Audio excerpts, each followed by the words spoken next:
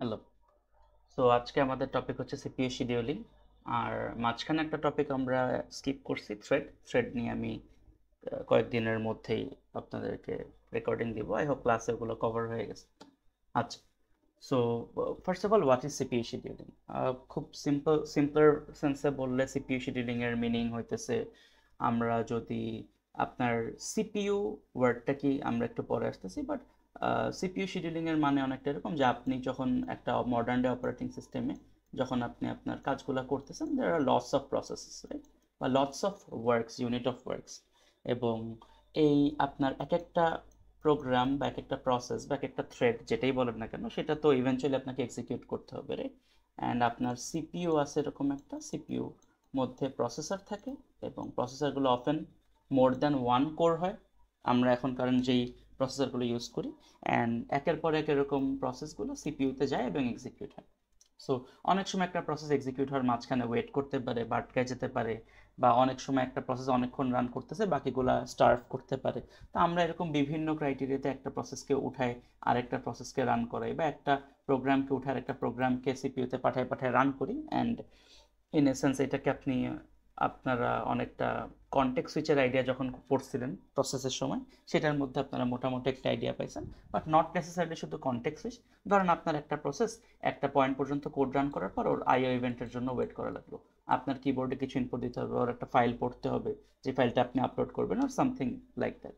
তো সেই মোমেন্টে ওই টাইমে যদি প্রসেসটা সিপিইউতে লোড থাকে, ও কিন্তু সিপিইউতে বেসিক্যালি বসেই থাকবে, আইডল ওয়ে আইডল হয়ে। কারণ ওর তো ওই টাইমে কোনো কিছু করার নেই, রাইট? সো ওই টাইমটাতে অন্যান্য প্রসেসগুলো যেগুলো বসে আছে সেগুলো যদি আমরা এক্সিকিউট করতে পারতাম সিপিইউতে, ওটাকে যদি সিপিইউ থেকে উঠাই দিয়ে বা সরাই দিয়ে বাকিগুলোকে এক্সিকিউট করতে পারতাম, আমাদের জন্য বেটার হইতো, এফিসিয়েন্সি বাড়তো, আমরা একই টাইমে বেশি প্রসেস কমপ্লিট করতে পারতাম, বা বেশি আপনার টাস্ক কমপ্লিট করতে পারতাম। সো এইগুলা করার জন্য আপনার সিপিইউ কিভাবে শিডিউলিং করে, কিভাবে সিপিইউ একটার পর একটা প্রসেসকে শিডিউল করে, এই আইডিয়াসগুলো আমরা বলবো আজকে। অ্যান্ড মাথায় রাখবেন, আমরা এই জিনিসগুলো বলতেছি due to us having the multi program OS, multi program OS meaning আমাদের অপারেটিং সিস্টেম একসাথে মাল্টিপল প্রোগ্রাম হ্যান্ডেল করতে পারে। সো এই আইডিওলজির উপর ডিপেন্ড করে আমাদের সিপিইউ শিডিউলিং এর কাজগুলো আমরা শিখি। সো সিপিইউ শিডিউলিং জিনিসটা আমরা হয়তো বা অলরেডি বুঝতেই পারতেছি। এসেনশিয়ালি রেডি কিউ থেকে একটা রেডি কিউ থাকে, যেখানে আপনার প্রসেসেস বা টাস্ক বা থ্রেডস হোয়াট এভার ইউসে, সেই জিনিসগুলো এখানে রেডি কিউ এর মধ্যে থাকে, এবং it's waiting to B executed. সেখান থেকে সিপিইউতে অ্যাকচুয়ালি কীভাবে এক্সিকিউশনটা হচ্ছে, এবং এইটার জন্য আমরা কি কি অ্যালগোরিদম ইউজ করতে পারি, কোনটা ড্রব্যাকস কি, কোনটা কাজে লাগে, অ্যান্ড অপারেটিং সিস্টেমে কোনটা ইউজ হয়, এগুলো নিয়ে আমরা কথা বলবো। সো আমি কিছু পয়েন্টার্স অলরেডি লিখে রাখছি আপনাদের জন্য, to help me deliver this efficiently. So প্রথম কথা সেটা হচ্ছে, সিপিইউ শিডিউলিংয়ে আমরা যেই শিডিউলিংগুলো করি বা টাস্কের শিডিউলিংগুলো করি, সেই টাস্কগুলো অফেন আমাদের মাথায় থাকে যে ইটস এ প্রসেস শিডিউলিং। এবং আমি নিজেও ক্লাসে অনেক সময় ইন্টারচেঞ্জেবল ওয়েতে প্রসেস শিডিউলিং বলে ফেলি। ওয়েল, আমরা প্রসেস শিডিউলিংয়ের অ্যাসপেক্টটা নিয়ে আসলে আমাদের 321-এর লেকচারটা বানানো, বাট বলতে পারেন অ্যাকচুয়ালি মডার্ন ডে অপারেটিং সিস্টেমে এক্স্যাক্টলি প্রসেস শিডিউলিংটা কাজ করে না। এগেইন, কারণ আমরা যখন আমরা ওয়ার্কের কথা বলি, আমরা প্রসেস আর থ্রেডকে কাইন্ড অফ ইন্টারচেঞ্জেবলি ইউজ করি, রাইট? বিকজ থ্রেডও কাজ করে, থ্রেডও একটা ইউনিট অফ ওয়ার্ক, প্রসেস একটা ইউনিট অফ ওয়ার্ক। জাস্ট পার্থক্য কি, একটা প্রসেসের আন্ডারে অনেকগুলো থ্রেড থাকতে পারে, এবং থ্রেডগুলো অ্যাকচুয়ালি একটা মেমোরি, একটা প্রসেসের মধ্যে কিছু ইন্টারনাল ডেটা শেয়ার করে, অ্যান্ড এগুলো নিয়ে ডিটেলস আমি থ্রেডের ভিডিও দিলে সেখানে বলবো। আর প্রসেসের প্রসেসর থ্রেড দুইটা actually unit of work, right? So আমি যদি একটু একটা আইডিয়া দিই, একটা প্রসেস যদি এরকম থাকে, প্রসেসের মধ্যে একটা হিপ থাকে, একটা টেক্সট সেকশন মিনিং কোড থাকে, একটা ডেটা থাকে, রাইট? আর স্ট্যাক থাকে। সো থ্রেড, মাল্টি থ্রেডেড প্রোগ্রামে যেটা হয়, একটা প্রসেসর মাল্টিপল থ্রেডস থাকতে পারে। So let's say thread 1, thread 2, thread 3, and প্রত্যেকের একটা ইন্ডিভিজুয়াল স্ট্যাক থাকে, প্রত্যেকের একটা ইন্ডিভিজুয়াল স্ট্যাক থাকে। সো কাইন্ড অফ এই আইডিয়ার উপর আপনার বলতে পারেন মাল্টি থ্রেডেড কাজগুলো হয়ে থাকে। এবং আম, আমাদের জন্য, সিপিইউর জন্য, CPU loves to run threads, not processes, because প্রসেসকে রান করতে লোড করতে, কনটেক্সট সুইচ করতে আপনাকে এন্টায়ার ব্লকটাকেই সেভ করতে হবে, সুইচ করতে হবে, অনেক আপনার বলতে পারেন একটু বেশি কম্পিটিশনালি হেভি হয়ে যায়। And at the same time একটা প্রসেস এবং আরেকটা প্রসেস ইউজুয়ালি কোনো ডেটাই শেয়ার করে না। সো ওরা মানে অ্যাকচুয়ালি বাই ডিফল্ট আর কি শেয়ার করে না, আপনি চাইলে ইন্টার প্রসেস কমিউনিকেশন করে করাইতে পারেন, বাট ইউজুয়ালি করে না। সো এটার কারণে আরেকটা যে ঝামেলা হয় সেটা হচ্ছে যে আপনি যখন একটা মাল্টি প্যারালালিজম অ্যাচিভ করতে চাচ্ছেন, মিনিং ধরেন আপনি একই সাথে অনেকগুলো কাজ করতে চাচ্ছেন, অফেন দ্যান নট আমাদের অনেকগুলো কাজ করা শেষে সে কোথাও একটা ডেটা সেভ করবে বা কোথাও ডেটাগুলোকে অ্যাড করবে বা বলতে পারেন কোথাও ডেটাগুলোকে কম্বাইন করবে, এরকম একটা ইস্যুস থাকতে পারে। সো প্রসেসের জন্য এটা করা খুবই কঠিন। But since thread already shares this part here, so থ্রেডের জন্য খুব ইজিয়ার হয় যে প্যারালালিজম অ্যাচিভ করা, বিকজ ও কিছু ডেটা শেয়ারও করতে পারে। Keep in mind processor parallelism করে, থ্রেডও করে, এটা এমন কোনো ডিফারেন্স নেই, বাট মেইন ডিফারেন্স হচ্ছে কম্পিটিশনালি হেভি হয়ে যায় একটু প্রসেসর প্যারালালিজমগুলো। অ্যান্ড ঘুরে ফিরে থ্রেড কিছুই না, ধরেন আপনার প্রসেসটা যদি এরকম ধরেন এতগুলো লাইন আছে লেটস সে, সো আপনি যখন একটা সিঙ্গেল থ্রেডেড প্রসেস বানান, মিনিং এটার ফ্লো অফ এক্সিকিউশন এটাই, মানে একের পর এক লাইনও রান করে যাবে। সো একটা প্রসেস যদি আপনার একটা সিপিইউ মানে একটা প্রসেসের সিঙ্গেল থ্রেডেড এক্সিকিউশন থাকার মানে কাইন্ড অফ এমন যে একটা সিপিইউ যদি 10টা কোরও থাকে, ওর যে কোনো একটা কোরেই ধরেন কোর 1, এই কোরেই হচ্ছে আপনার এই প্রসেসটাকে সে আপলোড করবে, করে সে রান করা শুরু করবে। সো ওকে কিন্তু এইটা বেসিক্যালি সিকোয়েন্সিয়ালি রান করতে হচ্ছে। এখন হোয়াট ইফ আমার প্রসেসের মধ্যে মাল্টিপল পার্ট ছিল, যে পার্টগুলো একটার সাথে আরেকটা ইন্ডিপেন্ডেন্ট, ওগুলোকে আলাদা আলাদা কাজ করলে প্যারালালিজম অ্যাচিভ করা সম্ভব ছিল, সেটা সিঙ্গেল থ্রেডেড প্রসেসে সম্ভব না।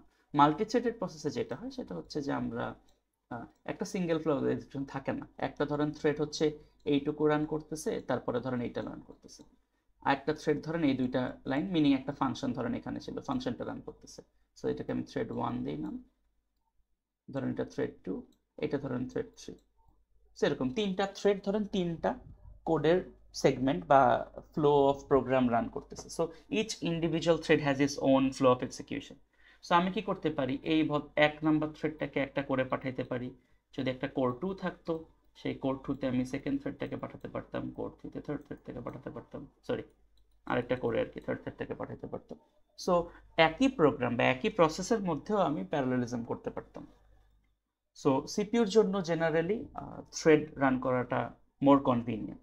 অ্যান্ড আমরা যে মডার্ন ডে অপারেটিং সিস্টেমগুলো ইউজ করি, আমাদের থ্রেডসগুলো তো অবভিয়াসলি থ্রেডসেরও দুইটা পার্ট আছে যদি মনে থাকে, কার্নেল লেভেল থ্রেড আর ইউজার লেভেল থ্রেড। আমরা যে পি থ্রেড নিয়ে কাজ করি বা আমরা যে আমাদের লেভেলে আমরা ইউজার লেভেলে যে কাজগুলো করি, আমরা কিন্তু অ্যাকচুয়ালি অপারেটিং সিস্টেমে যে কার্নেল লেভেল থেকে যে থ্রেডটা বানায় কাজ করি না, আমরা যে উপর থেকে কাইন্ড অফ একটা এপিআই কল করি, মিনিং আমরা বলে দিই এইভাবে থ্রেড বানাও, এই কাজ করো।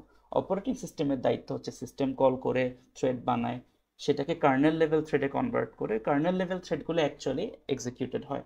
এবং আমার প্রথম লেকচার ভিডিওতে দেখবেন এটা নিয়ে বলা আছে যে একটা ইউজার মোড আর কার্নেল মোডের একটা ডিফারেন্স আছে, কারণ কার্নেল মোডটা অ্যাকচুয়ালি এক্সিকিউট হয়।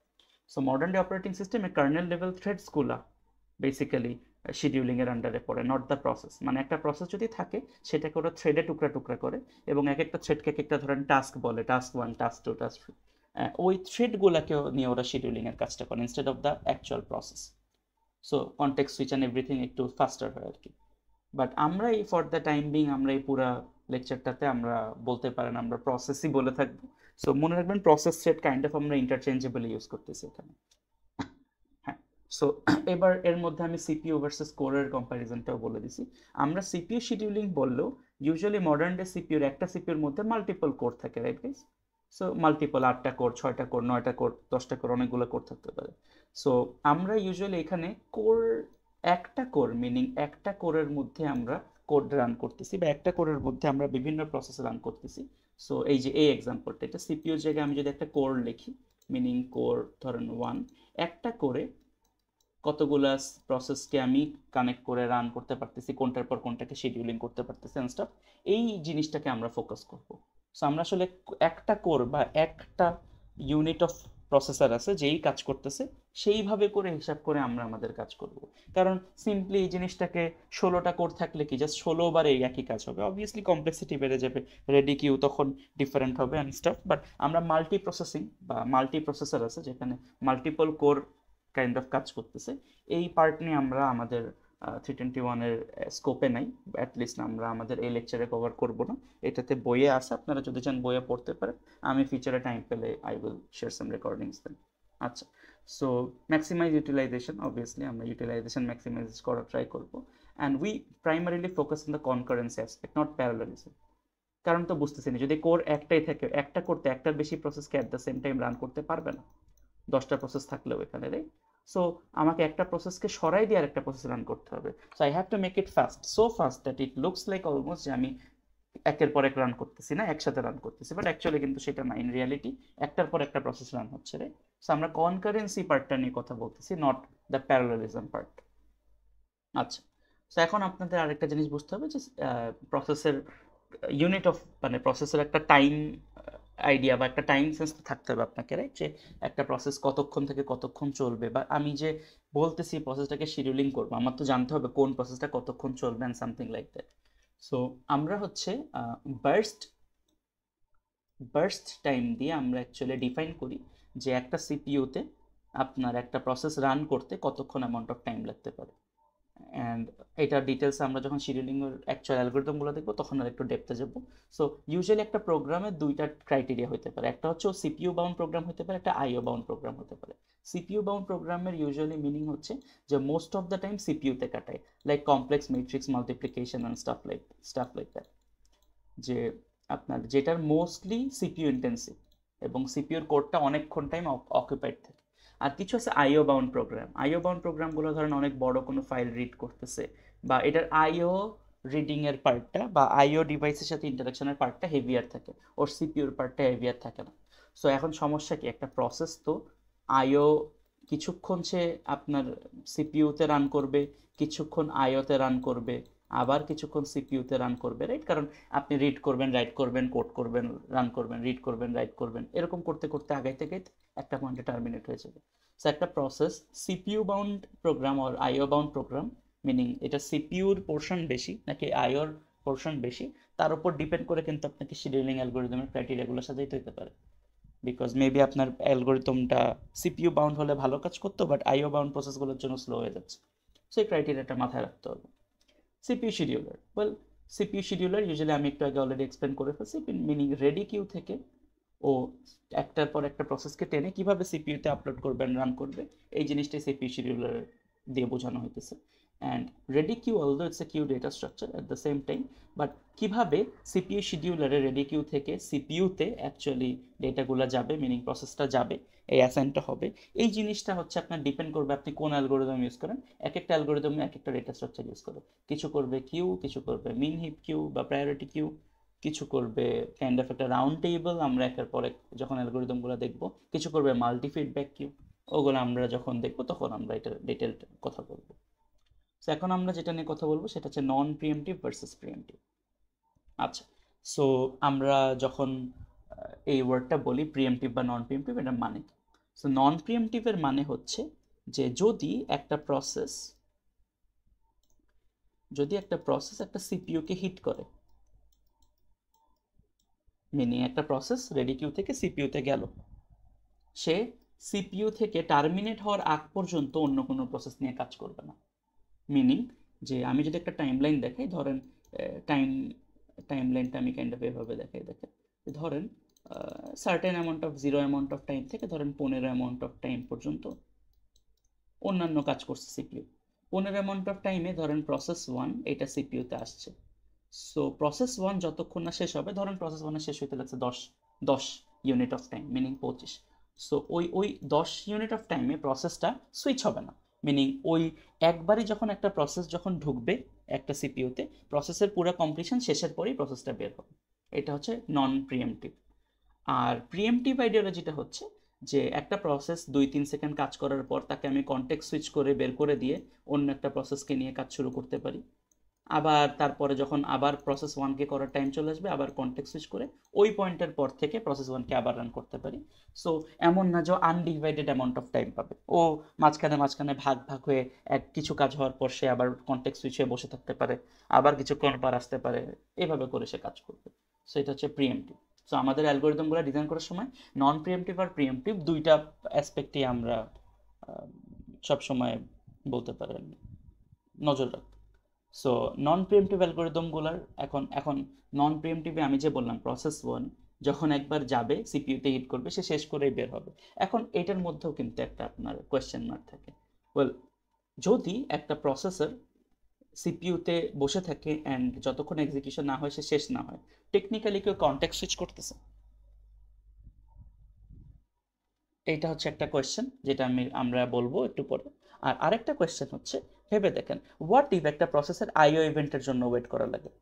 এখন আইও ইভেন্টের জন্য ওয়েট তো টেকনিক্যালি সিপিইউর দোষ না, কারণ সেই মোমেন্টে সিপিইউর কিচ্ছু করার নেই, ওকে রিড রাইট করার জন্য পাঠাইতে হইতেছে, রাইট? সো এই মোমেন্টেও কি আমি সুইচ করব না? So the thing is yes, আমি এই মোমেন্টে সুইচ করব। আইও ইভেন্টের জন্য ওয়েট করা কিন্তু টেকনিক্যালি সিপিইউর দোষ না। সো সেই টাইমে কিন্তু আমাকে বাধ্যতামূলক সুইচ করতে হবে, কারণ ও আসলে রেডি কিউ থেকে বেরোয় যাবে, ও তো আইও কিউতে চলে যাবে তখন। সো আমরা এই আইডিয়াগুলো দেখি। সো আপনি যদি দেখেন, এখানে আমি বইয়ের একটা স্নিপেট নিয়ে আসছি। So when a process switches from the running state to the waiting state, যে একটু আগে বললাম আইও ইভেন্ট বা অন্য কোনো কারণে ওয়েটিং স্টেটে চলে যায়, যেমন লেটস একটা আইও রিকোয়েস্ট হয়েছে বা ওয়েট ফাংশন কল করা হয়েছে, এরকম একটা ক্রাইটেরিয়ার জন্য সিপিইউর প্রসেসটাকে ওই শিডিউলিং থেকে বেরিয়ে এসে আরেকটা প্রসেসকে আপনার আনলোড করতে দিতে হতে পারে বা আপলোড করতে দিতে হতে পারে। আরেকটা হতে পারে one a process switches from the running state to the ready state, for example when an interrupt occurs, meaning কোনো কারণে আপনার প্রসেসটার ইন্টারাপ্ট আসতে পারে কোনো, যার কারণে তাকে সে রানিং থেকে তাকে আবার হঠাৎ করে রেডি স্টেটে ব্যাক যেতে হতে পারে। আরেকটা হচ্ছে এই যে when a process switches from the waiting state to the ready state, meaning waiting স্টেটে ছিল, আইও কিউ এর কাজ শেষ, তারপরে সে আবার রান করা শুরু করছে। সো আরেকটা হচ্ছে ওয়েন এ প্রসেস টার্মিনেটস। সো আমাকে একটু বলেন, এখানে প্রসেসটা যদি টার্মিনেট হয়ে যায় একটা পয়েন্টে, ধরেন একটা র্যান্ডম পয়েন্টে প্রসেসটা টার্মিনেট হয়ে গেল, তারপর তো ওকে অবভিয়াসলি আরেকটা প্রসেস আনলোড করতে হবে, তাই না? কারণ আগের প্রসেসটা টার্মিনেট হয়ে গেছে, ওর তো সিপিইউতে আইডল বসে থাকবে না। তো টেকনিক্যালি একটা প্রসেসে টার্মিনেট হয়ে যাওয়ার পর একটা প্রসেসকে আনলোড করা, এটা কিন্তু কোনো কনটেক্সট সুইচ বলা যায় না, বিকজ কনটেক্সট সুইচ মানে আমরা অ্যাকচুয়ালি যেটা বুঝি সেটা হচ্ছে আমরা প্রিএমটিভ কনটেক্সট সুইচটা বুঝি। আমরা এই জিনিস দুটার মানে কি একটু পরে আসতেছি, বাট জাস্ট এখান থেকে ভাবেন, মিনিং প্রসেস 1 যখন এক্সিকিউটেড হয়ে গেছে, মানে ও যখন এক্সিট স্ট্যাটাসের সিগন্যাল দিয়ে বেরোয় গেছে, তখন কিন্তু ওর কিন্তু আসলে কনটেক্সট সুইচ করা লাগে না। ওর প্রসেস 1 এর সব ভ্যালু ডিঅ্যালোকেট হয়ে যায়, র্যাম বা যেই যেই জায়গায় ওর মেমোরি খেয়েছিল সেগুলো সব ডিঅ্যালোকেটেড হয়ে যায়, প্রসেস 2 আনলোড হয় অ্যান্ড প্রসেস 2 এর জন্য অ্যালোকেশন পায়। সো এখানে কিন্তু টেকনিক্যালি কনটেক্সট সুইচ হচ্ছে না। আর এখানেও আইও রিকোয়েস্টের জন্য হ্যাঁ এটা কনটেক্সট সুইচ হচ্ছে, মিনিং একটা প্রসেসকে একটা মোমেন্টে কিছু দূর কাজ করার পর আইও রিকোয়েস্টের জন্য এই জায়গাটা আটকায় গেল, আটকায় যাওয়ার পর ওই টাইমে তো সিপিইউকে বের করে দিয়ে আরেকটা প্রসেস তাকে আনতেই হবে, রাইট? সো এই যে এই জায়গাটা হচ্ছে, এটা কিন্তু টেকনিক্যালি কনটেক্সট সুইচ হলেও এটা আমরা যে ট্রেডিশনাল কনটেক্সট সুইচ বুঝছিলাম যখন আগের লেকচারে পড়ছি, সেটা কিন্তু টেকনিক্যালি এটা না। সো কনটেক্সট সুইচের অ্যাকচুয়ালি দুইটা পার্ট আছে, একটা হচ্ছে প্রিএমটিভ কনটেক্সট সুইচ, যেটা মানে জেনুইনলি আমরা কনটেক্সট সুইচ মানে যেটা বুঝতাম, মিনিং একটা প্রসেসের একটা পয়েন্ট পর্যন্ত তাকে আটকায় রেখে বা তাকে একটা পয়েন্টে স্টপ করে বা পজ করে তার ওই স্টেটটা বা পিসিবি ব্লকটাকে সেভ করে আরেক জায়গায় রেখে দিয়ে আবার রেডি কিউ থেকে আরেকটা পিসিবি ব্লককে আনলোড করে সেখান থেকে কাজ শুরু করে, সেটাকে আমরা প্রিএমটিভ কনটেক্সট সুইচ বলি। আর ভলেন্টারি কনটেক্সট সুইচের মানে হচ্ছে যে আইও ইভেন্টের জন্য যে সুইচগুলো হয়, যে ওয়েটিং স্টেটে চলে গেছে, একটা কিছু করার নেই, সেই টাইমে আরেকটা প্রসেসকে নিয়ে কাজ করে। তো মাথায় রাখবেন, preemptive context switch is not voluntary context switch. So voluntary context সুইচগুলো মিনিং আইও ইভেন্টের জন্য ওয়েট করা, এইগুলো হচ্ছে নন প্রিএমটিভেও আমরা এই কাজগুলো করে থাকি। বাট প্রিএমটিভের জন্য আমরা অ্যাকচুয়ালি যে কনটেক্সট সুইচটা বুঝাই, যে একটা প্রসেস মাঝপথে যেও আমি আরেকটা প্রসেসে চলে যেতে পারি, এরকম একটা শিডিউলিংয়ের অ্যালগোরিদম যদি প্রিএমটিভ হয়, সেক্ষেত্রে কনটেক্সট সুইচের ওই প্রিএমটিভ কনটেক্সট সুইচের আইডিয়াসগুলো ইমপ্লিমেন্টেড থাকবে, যেটা নন প্রিএমটিভের মধ্যে থাকবে না। সো আমি আপনাদেরকে একটু কমেন্ট মোডে যে একটু উইন্ডোজের কমেন্ট মোডে যে দেখাইতে চাইতেছিলাম যে অ্যাকচুয়ালি কনটেক্সট সুইচটা কমেন্ট মোডে দেখতে কেমন হয়। দেখেন আমি একটা কমেন্ট অলরেডি লিখে ফেলছি, লিখে রাখছিলাম কপি করে, আপনি আপনার মতো পরে লিখতে পারেন। আপনি এন্টার দেন, আপনি দেখতে পারবেন যে প্রতি সেকেন্ডে দেখেন 37.20.834 .848 মানে সেকেন্ডের পরেও দশমিক দেওয়ার পর 3 ঘর যাওয়ার পর কত মিলি সেকেন্ডের মধ্যে কতবার কনটেক্সট সুইচ করতেছে সিপিইউ। সো আপনি দেখতে পাচ্ছেন 1 সেকেন্ডে কতবার কনটেক্সট সুইচ হয়, মানে পার সেকেন্ডের হিসাব করে ওরা কনটেক্সট সুইচের আপনাকে একটা রেট দেখাচ্ছে, এবং এটা চলতেই থাকবে কারণ হাজার হাজার কনটেক্সট সুইচ হইতে আছে সিপিইউতে আস্তে আস্তে। আমি বেরিয়ে আসি কন্ট্রোল সি দিয়ে। সো হ্যাঁ, সো আপনি এরকম কনটেক্সট সুইচ দেখতে পারবেন যদি চান। ওকে, সো এখানে যদি আপনি পড়েন দেখবেন for situation 1 and 4 meaning IO রিকোয়েস্টের জন্য আটকানো আবার প্রসেসটা টার্মিনেট হয়ে যা, there is no choice in term of scheduling, meaning এখানে আসলে কিছু করার নেই, নিউ প্রসেসকে আমার আসতেই হবে। সো সেই ক্ষেত্রে আপনার এই জিনিসগুলো আসলে আপনার নন প্রিএমটিভ হয়। আর প্রিএমটিভ হয় হচ্ছে বাকি রিজনিংগুলোর জন্য, যেমন একটা একটা কোনো কারণে ওকে ইন্টারাপ্ট করার মিনিং কি, মানে আমি একটা প্রসেসকে আটকাই দিই আর কি, বা তাকে তার পিসিবি ব্লকের স্টেটটাকে সেভ করে আরেকটা প্রসেসকে আপলোড করলাম সামথিং লাইক দ্যাট। সো যেখানে যদি এই ছবিটা দেখেন, যেমন P0 এক্সিকিউট হচ্ছে, হঠাৎ করে P0কে ইন্টারাপ্ট করে সেভ করে দেওয়া হলো এই মোমেন্টে, ইন্টারাপ্ট করে সেভ করে দেওয়া হলো, সেভ করে দেওয়ার পর PCB1 মিনিং আরেকটা প্রসেসকে আনলোড করা হলো, হওয়ার পর সেটা রান করলো। এই যে মাঝখানে যে কনটেক্সট সুইচটা হলো, এই পুরাটাকে আমরা পিওর ওভারহেড বলতাম, মনে আছে? কারণ কারণ এইটুকু টাইম সিপিইউ ইজ আইডল। আর এটাকে ডিসপ্যাচ লেটেন্সি বলে ইন টার্মস অফ, যদি আমি ডিসপ্যাচার যেই কাজটা অ্যাকচুয়ালি এই একটা প্রসেসের স্টেটকে সেভ করে আরেকটা প্রসেস রান করার মাঝখানে যে লেটেন্সিটা আর কি বেসিক্যালি, ওইটাকে আমরা ডিসপ্যাচ লেটেন্সিও বলে থাকি। আচ্ছা, সো আমরা চলেন এখন দেখবো শিডিউলিং ক্রাইটেরিয়াস, যে শিডিউলিং করতে হলে আমাদের কোন ক্রাইটেরিয়াগুলোকে ফোকাস করতে হবে, যে যেই জিনিসগুলোকে আমরা মেনলি আমাদের শিডিউলিংয়ের অ্যাকাউন্টেবিলিটিতে রাখবো আর কি। সো প্রথম হচ্ছে সিপিইউ ইউটিলাইজেশন, আমাদেরকে ম্যাক্সিমাম সিপিইউ ইউটিলাইজেশন করতে পারতে হবে অবভিয়াসলি। একটা হচ্ছে থ্রোপুট, থ্রোপুটের মানে হচ্ছে পার ইউনিট অফ টাইমে কতগুলা প্রসেস সে কমপ্লিট করতে পারতেছে, বা কতগুলা প্রসেস সে এক্সিকিউট করতে পারতেছে, টার্মিনেট করতে পারতেছে। সো টার্ন অ্যারাউন্ড টাইমটার মানে কি? টার্ন অ্যারাউন্ড টাইমটার মানে হচ্ছে যে আপনার একটা প্রসেস ধরেন রেডি কিউতে প্রথমবারের জন্য, যদি এরকম করে আমি একটা টাইম লাইন দেখাই, তখন 0 টাইম থেকে 15 নম্বর সেকেন্ডে ধরেন সে রেডি কিউতে আসছে, এবং আসার পর সে কোনো একটা টাইমে তাকে ওয়েট করতে হতে পারে, কোনো একটা টাইমে তাকে আইও ইভেন্টের জন্য ওয়েট করতে হতে পারে। তারপরে ধরেন সে প্রসেসে সিপিইউতে অ্যালোকেশন পেলো, সে কাজ করলো, করার পর ধরেন অর্ধেক টাইম হওয়ার পর সে ধরেন কোনো কারণে তাকে ডিঅ্যালোকেট না, কনটেক্সট সুইচ করা হলো, তারপরে আবার ধরেন কিছুক্ষণ পর পেলো, এবং শেষমেশ প্রসেস ওয়ানটা ফাইনালি 25 সেকেন্ড বা 25 ইউনিট অফ টাইমে যে শেষ হলো। সেই 15 থেকে 25-এর মাঝখানের পুরো টাইমটা, মিনিং একটা প্রসেসকে রেডি কিউতে প্রথমবারের জন্য আসা থেকে শুরু করে একদম টার্মিনেশন হওয়া পর্যন্ত মাঝখানের পুরো টাইমটাকে টার্ন অ্যারাউন্ড টাইম বলে। সো এখন আমরা যেটা নিয়ে বলবো, যেটা হচ্ছে waiting time. What is waiting time? এখন ওয়েটিং টাইম বলার সময় আমি একটা কথা বলবো, একটা প্রসেস ধরেন তার লাইফ স্প্যানে সে সিপিইউতে কিছুক্ষণ টাইম পাবে, তারপর তাকে কোনো কারণে আমি একটা আইও ইভেন্টে কল করতে পারি, রিড করতে হতে পারে, এই করতে হতে পারে, যার কারণে সে কিউ থেকে বেরোয় যাবে, আবার ধরেন কিছুক্ষণ পর সে আবার কিউ আসলো, আবার সিপিইউ টাইম পেলো, আবার ধরেন আইও ইভেন্টে বেরোয় গেল, কারণ একের পর এক তো এটা হতেই থাকবে, রাইট? সো তাহলে যদি এভাবে করে যদি চলতে থাকে, এবং ধরেন এই পয়েন্টে যেটা এন্ড হয়ে গেল, সো তাহলে আমাকে বলেন এখানে প্রসেসটার ওয়েটিং টাইমে আইও টাইমগুলোকে কি অ্যাকচুয়ালি কাউন্ট করা উচিত? বিকজ এইগুলো কি kind of unpredictable and totally user dependent না ইন সাম কেসেস। সো এইগুলো কিন্তু ভ্যারি করতে পারে আইও টাইমগুলো, রাইট? সো আমরা যখন ওয়েটিং টাইম নিয়ে কথা বলি, আমরা পিওরলি বুঝাই হচ্ছে যে রেডি কিউতে সে কতক্ষণ টাইম ওয়েট করছে, এইটা নট সে কখন আইও কিউতে চলে গেছিল, আইও টাইম ওয়েট করছিল, এগুলো নিয়ে আমরা বলি না। আমি যদি খুব সিম্পল, একটু পরে আমরা গ্যান্ট চার্ট দেখবো, তখন আমরা এটার ডিটেলস দেখতে পারবো। বাট যদি আমি এখানে দেখাই, ধরেন একটা প্রসেস ওয়ান প্রথমবারের জন্য 3 নম্বর সেকেন্ডে আসে, এবং এসে 3 থেকে ধরেন 7 নম্বর সেকেন্ড পর্যন্ত কাজ করে, তারপরে 7 নম্বর সেকেন্ড থেকে ধরেন প্রসেস টু কাজ শুরু করে 10 পর্যন্ত, আবার ধরেন এরপরে প্রসেস থ্রি কাজ করে ধরেন 19 সেকেন্ড পর্যন্ত, তারপরে ধরেন প্রসেস ওয়ান কাজ করে 21 এবং টার্মিনেট হয়েছে, এখানে টার্মিনেট হয়েছে। তাহলে প্রসেস ওয়ান আসছিল প্রথম এখানে এবং টার্মিনেট হয়েছে এইখানে, এর মাঝখানে এই টাইমটা সে কাজ করছে অ্যান্ড এই টাইমটা সে কাজ করছে। সো এইটুকু যদি আমি এ বলি, এইটুকু যদি বি বলি, আর এন্টায়ার পুরাটাকে যদি আমি এক্স বলি, তাহলে আমি ওয়েট করছি হচ্ছে x minus a plus b, এতখানি টাইম আমি ওয়েট করছি, মিনিং 7 থেকে 19, এইটুকু আমার ওয়েটিং টাইম ছিল। আর what is response time? Response time আর ওয়েটিং টাইম দুইটা প্রিএমটিভ নন প্রিএমটিভ এর ক্ষেত্রে একটু ডিফারেন্স আছে, মিনিং ওয়েটিং টাইমটা দেখেন, এখানে আমি বলছি যে P1 একটা টাইমে আসছে, পরে কন্টেক্সট সুইচ হয়ে চলে গেছে, আবার আসছে, রাইট? সো খেয়াল করে দেখছেন যে এটা এটা কিন্তু একটা প্রিএমটিভ এক্সাম্পল ছিল, রাইট, যেখানে কন্টেক্সট সুইচ হওয়া সম্ভব। সো কন্টেক্সট সুইচ হওয়া সম্ভব, সেখানে এইখানে আপনার বিভিন্ন টাইমিং সে টাইম শেয়ার করে প্রসেসটা চালাতে পারে। কিন্তু what if it was a non preemptive scenario? Non preemptive সিনারিওটা দেখতে কেমন হইতো?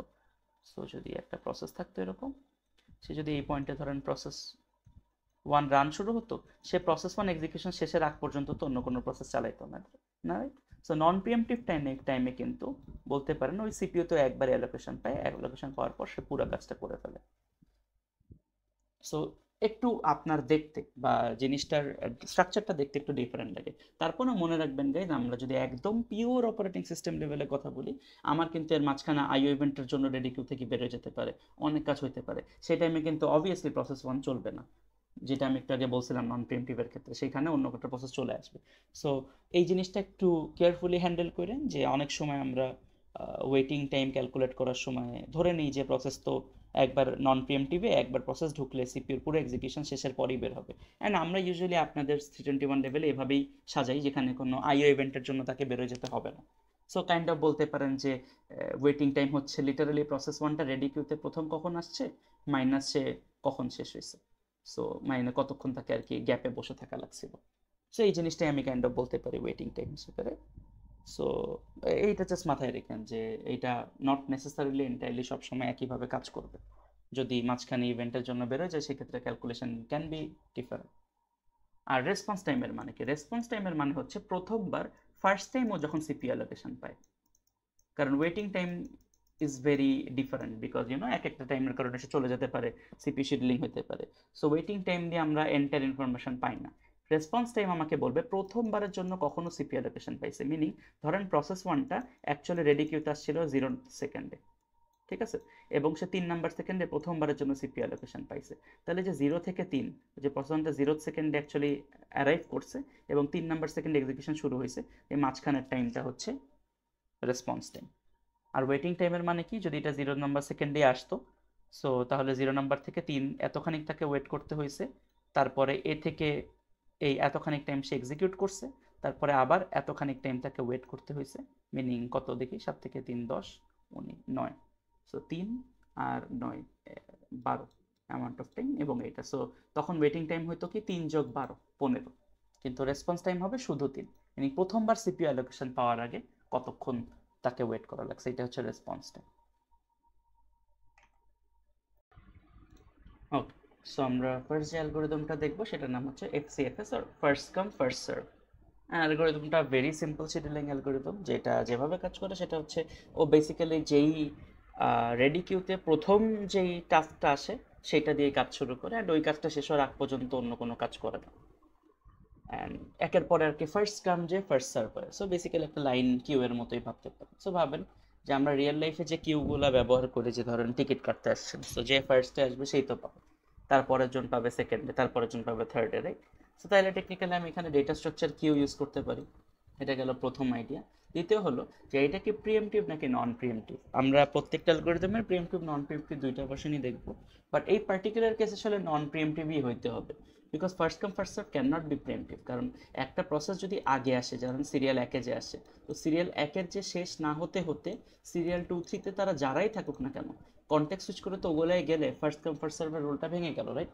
সো আপনি যদি ধরেন লেটস সে হসপিটালের লাইনে দাঁড়াইছিলেন এবং আপনি হসপিটালের লাইনের প্রথম সিরিয়ালে ছিলেন, সো আপনার যখন আপনি সিরিয়ালে first come first serve rule যদি অ্যাপ্লাই করি, তো আপনি যদি সিরিয়ালের প্রথম, তো যদি আপনার একই সাথে ওই একই সেম অ্যারাইভাল টাইমে যদি আরও 2-3টা প্রসেসও আসে, সেই ক্ষেত্রেও তো আপনি তো লাইনের একই আছেন, রাইট? সো আপনাকে কাজ এক্সিকিউশন শেষ হওয়ার আগে তো বাকি কাজগুলো হইতে পারবে না। সো ইভেনচুয়ালি এখানে কন্টেক্সট সুইচের কোনো রকমের কোনো সিচুয়েশনই নেই। সো এই জন্য এটাকে আমরা নন প্রিএমটিভই বলে থাকি। সো চলেন আমরা একটু দেখি, এখানে আপনারা কয়েকটা আইডিয়ার সাথে আগে পরিচিত হই। সো প্রথমে প্রসেসের নাম্বারগুলো দেওয়া, এগেন গাইজ আমরা শুরুতেই বলছিলাম যে প্রসেস থ্রেড আমরা ইন্টারচেঞ্জেবলি ইউজ করব। সো প্রসেসের নাম্বার ধরেন process 1, process 2 and process 3, and তিনোটা প্রসেসের অ্যারাইভাল টাইম হচ্ছে ধরেন 0, এআরআর ডট টাইম দিয়ে আমি অ্যারাইভাল টাইম বুঝেছি। আর বার্স্ট টাইমের মিনিং হচ্ছে যে একটা প্রসেসের কতক্ষণ টাইম সিপিইউতে বসে এক্সিকিউশন করা লাগবে, মিনিং এর এখানে অ্যাটলিস্ট আমরা যতগুলো এক্সাম্পল দেখাবো, আমরা বার্স্ট টাইম বলতে সিপিইউ বার্স্ট টাইম বুঝাই, আইও বার্স্ট টাইমটা আসলে আমরা বুঝাই না। So CPU burst time meaning সিপিইউতে ওকে কতক্ষণ এক্সিকিউশন অবস্থায় থাকা লাগবে বা রানিং অবস্থায় থাকা লাগবে টু অ্যাকচুয়ালি এন্ড, মিনিং যদি ধরেন এরকম একটা টাইমেও সিপিইউতে ঢুকে এক্স অ্যামাউন্ট অফ টাইমে, আরও ধরেন পুরা এতক্ষণ লাগবে আনইন্টারাপ্টেডলি, শেষ হইতে, তাহলে এক্স আর ওয়াই এর মাঝের এই পুরোটা টাইম হচ্ছে বার্স্ট টাইম। সো ধরেন P1 এর বার্স্ট টাইম হচ্ছে, আমি বইয়ের থেকে এক্সাম্পলটাই দিচ্ছি আপনাদেরকে, সো 24, P2 এর ধরেন 3। সো আমাকে এখান থেকে কি কি জানা লাগবে, কি কি ইনফরমেশন নিয়ে আমরা কাজ করবো চলেন দেখি। সো প্রথম যে ইনফরমেশন নিয়ে আমরা কাজ করবো সেটা হচ্ছে যে আইডিয়াটাকে আমরা বলি গ্যান্ট চার্ট, এই রিপ্রেজেন্টেশনকে। আপনাদের গ্যান্ট চার্ট এভাবে করেই এক্সাম হলেও করতে হবে, এখানে আমরা এন্টায়ার টাইম লাইনটা কাইন্ড অফ দেখাবো, প্রসেস করবো। তো গ্যান্ট চার্টটা দেখতে কেমন হয়, লেটস সে দিস, এটা হচ্ছে একটা গ্যান্ট চার্ট। সো গ্যান্ট চার্টের শুরুতে আমরা টাইম 0 বলি, মিনিং এইখান থেকে ধরেন আমরা সিপিইউ শিডিউলিং এর কাজ শুরু করতেছি, মিনিং ইউনিট টাইম 0, এখন থেকে শিডিউলিং এর কাজগুলো শুরু হবে। সো আমাকে একটু বলেন তো গাইজ, এখানে প্রসেস 1 এইটা অ্যারাইভ করছে 0 অ্যামাউন্ট অফ টাইমে, প্রসেস 2ও 0, প্রসেস 3ও 0, রাইট? তিনটাই 0 অ্যামাউন্ট অফ টাইমে অ্যারাইভ করছে। সো আমি যদি একটা কিউ বানাই, এখানে ডেটা স্ট্রাকচার কিউ রাখি, সো 0 অ্যামাউন্ট অফ টাইমে প্রসেস 1, প্রসেস 2, প্রসেস 3 তিনজনই কিউ ছিল। এখন যেহেতু আমি ধরে নেন যে প্রসেস 1টা সবার আগে আসছে লেক্সিকোগ্রাফিক্যালি আর কি, তাহলে প্রসেস 1 প্রথমবার আসলে প্রসেস 1 প্রথমে এক্সিকিউশনের জন্য সুবিধা পাবে বা শিডিউলিং পাবে। তাহলে যেহেতু ফার্স্ট কাম ফার্স্ট সার্ভ, তাহলে কি হবে, এখান থেকে প্রসেস 1টা পপ হয়ে যাবে এবং প্রসেস 1টা শিডিউলিং পাবে। এখন যেহেতু এ শেষ হওয়ার আগ পর্যন্ত অন্য কেউ কাজ করতে পারবে না, নন প্রিএমটিভ, সো তাহলে আমার 0 থেকে 24, আমি যদি বলি এটা যদি বলি 24 ইউনিট অফ টাইম, সেকেন্ড বলতেছি গাইজ, মাঝে মধ্যে সেকেন্ড বলে ফেলতেছি, বাট এগুলো ইউনিট অফ টাইম, আপনি সেকেন্ড ধরেও করতে পারেন, বাট একটা ইউনিট অফ টাইম বোঝাচ্ছে যে সবাই একই ইউনিট অফ টাইমে আছে। সো তাহলে এতক্ষণ টাইম চলছে প্রসেস 1। এরপরে 24 সেকেন্ডে প্রথমবারের জন্য প্রসেসরটা আবার খালি হলো বা সিপিইউটা আবার খালি হলো। সো 24 সেকেন্ডে তখন আমার কিউবের মধ্যে আছে কে কে, প্রসেস 2 আর প্রসেস 3। তাহলে এগেন যদি প্রসেস 2 আর প্রসেস 3 থাকে, তাহলে আমাকে কোনটা আগে পাবো, যেহেতু প্রসেস 2 আছে প্রসেস 2 আগে পেল। সো প্রসেস 2 যদি পায়, কিন্তু 24 থেকে 2 পেল 27 অ্যামাউন্ট অফ টাইম, যেহেতু 3 অ্যামাউন্ট অফ টাইমও চলতেছে। সো 24 থেকে 27 চলবে, চলার পর 27-এ আবার for the first time process, for the second time কোরটা আবার বা সিপিইউটা খালি হলো। তাহলে 7 অ্যামাউন্ট অফ টাইমে আমার কাছে কোন প্রসেসটা আছে, দিচ্ছি। তাহলে চলেন, আমি যে কেটে দিচ্ছি মানে তো বুঝতেছেন, পপ হয়ে কাজ হচ্ছে বলে আর কি। সো আপনি আপনার মতো ইমপ্লিমেন্টেশন করলেও চলবে এটা। সো এরপরে তার মানে প্রসেস 3 কাজ শুরু করতেছে এবং সে চলতেছে কতক্ষণ, আরও 3 সেকেন্ড।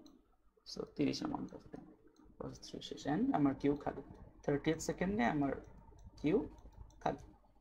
সো এই হচ্ছে আমার বলতে পারেন জ্ঞান চার্টটা, এবং এইভাবে আমরা ফার্স্ট কাম ফার্স্ট সার্ভটা করে থাকি। সো আপনাকে কিছু ইনফরমেশন সাথে অ্যাড করতে হবে। কী কী ইনফরমেশন অ্যাড করতে হবে চলেন আমরা দেখি। So one of the information you need is waiting time. Waiting টাইমটা কেমনে ক্যালকুলেট করবো চলেন আমরা একটু দেখি, এইখানে দেখি।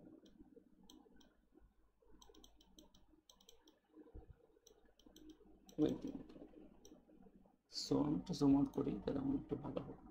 সো ওয়েটিং টাইমটা কীভাবে লিখবো চলেন দেখি। সো আমাকে একটু বলেন এখানে, হ্যাঁ একটু এখানে খেয়াল করে দেখেন। সো ওয়েটিং টাইমটার জন্য সো আমি 3টা প্রসেস ছিল, রাইট? সো প্রসেস 1 অ্যারাইভ করছে 0 নাম্বার সেকেন্ডে, অ্যান্ড ও সিপিইউতে অ্যালোকেশন পাইছে 0 নাম্বার সেকেন্ডে। যেহেতু নন প্রিএমটিভ, অন্য কোথাও তো সে আর অ্যালোকেশন পায় নাই, সো তাকে বেসিক্যালি 0 সেকেন্ড ওয়েট করা লাগছে না অ্যালোকেশন পেতে। বা প্রসেস 1 যদি খেয়াল করে দেখেন, আমি যদি আরেকটু ডিটেলসে বুঝাই, যে ও 0 নাম্বার সেকেন্ডে প্রসেস 1 অ্যারাইভ করে, অ্যান্ড ও কাজ শেষ করে 24 নাম্বার সেকেন্ডে বেরোয় যায়, ওর মাঝখানে অন্য কোনো প্রসেস আসে না, ওর মাঝখানে কোনো টাইমে ওকে ওয়েট করা লাগেনি, পুরো এন্টায়ার টাইমটাই ও প্রসেসিংয়ে কাজ করছে। সো সিপিইউতে সে ঢুকছে 0-তে, এক্সিকিউট হয়েছে বের হয়েছে 24-এ, কোনো একটা সেকেন্ডও তার মাঝখানে ওয়েট করা লাগেনি। তাহলে আমার ওয়েটিং টাইম কি হবে গাইস বলেন তো? সিপিইউতে ঢুকছে 0-তে আর বের হয়েছে 0-তে, মিনিং 0 - 0 বলতে পারেন অনেকটা, equals to 0 amount of time wait করা লাগছে। প্রসেস 2 সিপিইউতে অ্যালোকেশন পাইছে প্রথমবারের জন্য, অ্যালোকেশন পাইছে কোথায়, 0 নাম্বার, প্রথমবারের জন্য অ্যারাইভ হয়েছে কখন, 0 নাম্বার সেকেন্ডে, মিনিং ও রেডি কিউতে প্রথমবারের জন্য আসে 0 নাম্বার সেকেন্ডে। সো এই টাইম, এবং এই টাইম থেকে ওকে পুরা যখন সে প্রথমবারের জন্য P2-তে এখানে আসলো, আসার পর এতক্ষণ তো তাকে আপনার সে তো এইটুকু এক্সিকিউট হয়েছে। সো তাকে 0 থেকে 24 এতখানি টাইম ওয়েট করা লাগছে না এক্সিকিউশন পেতে। তো তার এন্টায়ার টাইম লাইনটা কতক্ষণ? এতক্ষণ। মিনিং সে এই টাইমে অ্যারাইভ করছে এবং এই টাইমে তার এক্সিকিউশন হয়ে শেষ হয়েছে, তার মধ্যে এতক্ষণ টাইম সে এক্সিকিউট হয়েছে। সো পুরো টাইম থেকে যদি এতক্ষণ টাইম বাদ দিয়ে দিই তাহলে ওয়েটিং টাইম থাকবে এতক্ষণ, মিনিং 0 থেকে 24। তাহলে আপনি এইভাবে বলতে পারেন যে অ্যারাইভ করছে 0-তে, সো অ্যারাইভ করছে 0-তে, আর সে এক্সিকিউশনের জন্য পাইছিল, যেহেতু নন প্রিএমপ্টিভ একবার এক্সিকিউশন পাইছে, সো 24 অ্যামাউন্ট অফ টাইম আছে। তাহলে ওয়েটিং টাইম হচ্ছে 24। P3 এর ওয়েটিং টাইম কত? যদি আপনি দেখেন, আপনি দেখবেন P3 এর ওয়েটিং টাইম আসে হচ্ছে 27, মিনিং ও 0 টাইমে আসছে এবং 27 সেকেন্ড পর্যন্ত ওয়েট করছে, রাইট? সো এতক্ষণ ওয়েট করছে, তারপরে সে অ্যালোকেশন পাইছে। সো আপনি বলতে পারেন 27 মাইনাস তার অ্যারাইভাল টাইম 0, সো 27। এবং এই তিনটার যদি অ্যাভারেজ করেন এটা 30-এর উপরে চলে গেছে। সো লাইক 10 পয়েন্ট সামথিং আসবে, আই গেস 10 পয়েন্ট সামথিং আসবে আপনার ওয়েটিং টাইম অ্যাভারেজ। সো এটা হচ্ছে আপনার অ্যাভারেজ ওয়েটিং টাইম। এবার আমি সিমিলারলি আপনার আরেকটা যেটা যে বের করতে হবে সেটা হচ্ছে টার্ন অ্যারাউন্ড টাইম।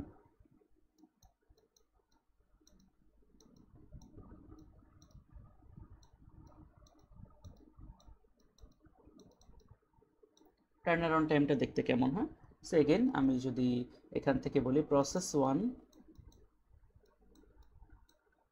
প্রথমবারের জন্য অ্যারাইভ হয়েছে 0th অ্যামাউন্ট অফ সেকেন্ডে এবং তার প্রথম কাজ শেষ হয়েছে, মিনিং প্রথম তো বলা ভুল, মানে তার এক্সিকিউশন যখন শেষ হয়েছে এটা 24 অ্যামাউন্ট অফ সেকেন্ড, রাইট? তাহলে সে প্রথমবারের জন্য রেডি কিউতে আসা, মিনিং অ্যারাইভাল টাইমের প্রথমবারে আসা এবং তার যখন কাজ শেষ হয়েছে, মিনিং 24 সেকেন্ডে, রাইট? তাহলে তার টার্ন অ্যারাউন্ড টাইম হবে 24।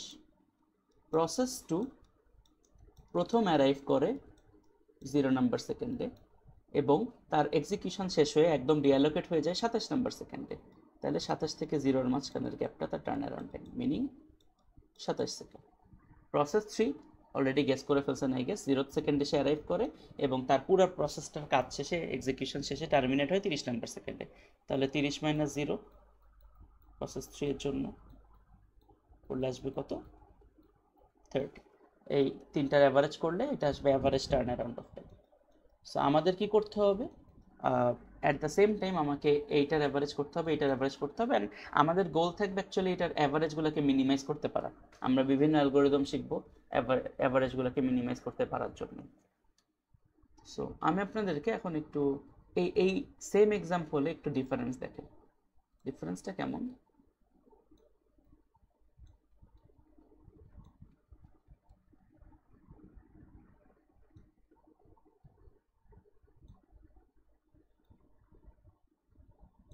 সো ধরেন হোয়াট ইফ প্রসেস 1টা আগে না আসে, প্রসেস 2টা আগে আসছিল, মিনিং কিউটা দেখতে এমন ছিল প্রসেস 2, প্রসেস 3, প্রসেস 1, বুঝছেন? মানে ফার্স্ট কাম ফার্স্ট সার্ভে প্রসেস 1টা আগে আসেনি, প্রসেস 2টা আগে আসছিল। হোয়াট ইফ এরকমভাবে আপনার কিউটা সাজানো ছিল? তো চলেন আমরা একটু দেখি তাহলে দেখতে কেমন হয়। সো প্রথমবার তাহলে প্রসেস 2 পপ হবে। সো 0th সেকেন্ড যদি এইটা হয়, প্রসেস 2 3 সেকেন্ড কাজ করে, রাইট? 3 সেকেন্ড পর্যন্ত প্রসেস 2 কাজ করে তার কাজ শেষ। তারপরের বার পপ হবে কে? 3 নাম্বার সেকেন্ড, এটা 24 তো না, 3 নাম্বার সেকেন্ডে প্রসেস 3 আর প্রসেস 1 থাকে, তো প্রসেস 1 প্রসেস 3 পপ হবে, যেহেতু সিরিয়ালি প্রসেস 3 আগে আছে, তাহলে ওটার জন্য আর 3 নাম্বার 3 সেকেন্ড লাগবে, সো ধরো 6 গেল প্রসেস 3। এরপরে 6 থেকে আপনার 6 নাম্বার সেকেন্ডে হাতে থাকবে শুধু প্রসেস 1। সো প্রসেস 1টা কাজ শুরু করবে এবং 6 থেকে 24 মিনিং 30 সেকেন্ড পর্যন্ত প্রসেস 1 কাজ করবে, আর 30-এ যে খালি হয়ে যাবে। সো এবার ওয়েটিং টাইমটা একটু ক্যালকুলেট করুন তো। প্রসেস 1-এর ওয়েট করা লাগছে কতক্ষণ? 0 থেকে 6, মানে অ্যারাইভ করছে 0 টাইমে, আরও প্রথম এক্সিকিউশন পেয়েছে, যেহেতু নন প্রিএমপ্টিভ একবার এক্সিকিউশন পেয়ে পুরোটাই কাজ শেষ হবে, so 6th amount of time শেষ হয়, তাহলে 6 মাইনাস 0 করলে আসো 6। প্রসেস 2-এর ওয়েট করা লাগছে 0 সেকেন্ড, কারণ 0 সেকেন্ডে আসছে অ্যারাইভ এবং 0 সেকেন্ডে এক্সিকিউশন পাইছে। প্রসেস 3-এর ওয়েট করা লাগছে 3 সেকেন্ড, কারণ 0-তে আসছে এবং 3-এ যেও এক্সিকিউশন পাইছে। এবার দেখেন এটার অ্যাভারেজ কমে গেল না অনেক? সো ফার্স্ট কাম ফার্স্ট সার্ভটা একটু ইনকনসিস্টেন্ট, মিনিং কোন প্রসেসটা আগে আসবে কোনটা পরে তার উপর ডিপেন্ড করে আপনার অ্যাভারেজ টাইমগুলো অনেক কমে যাবে।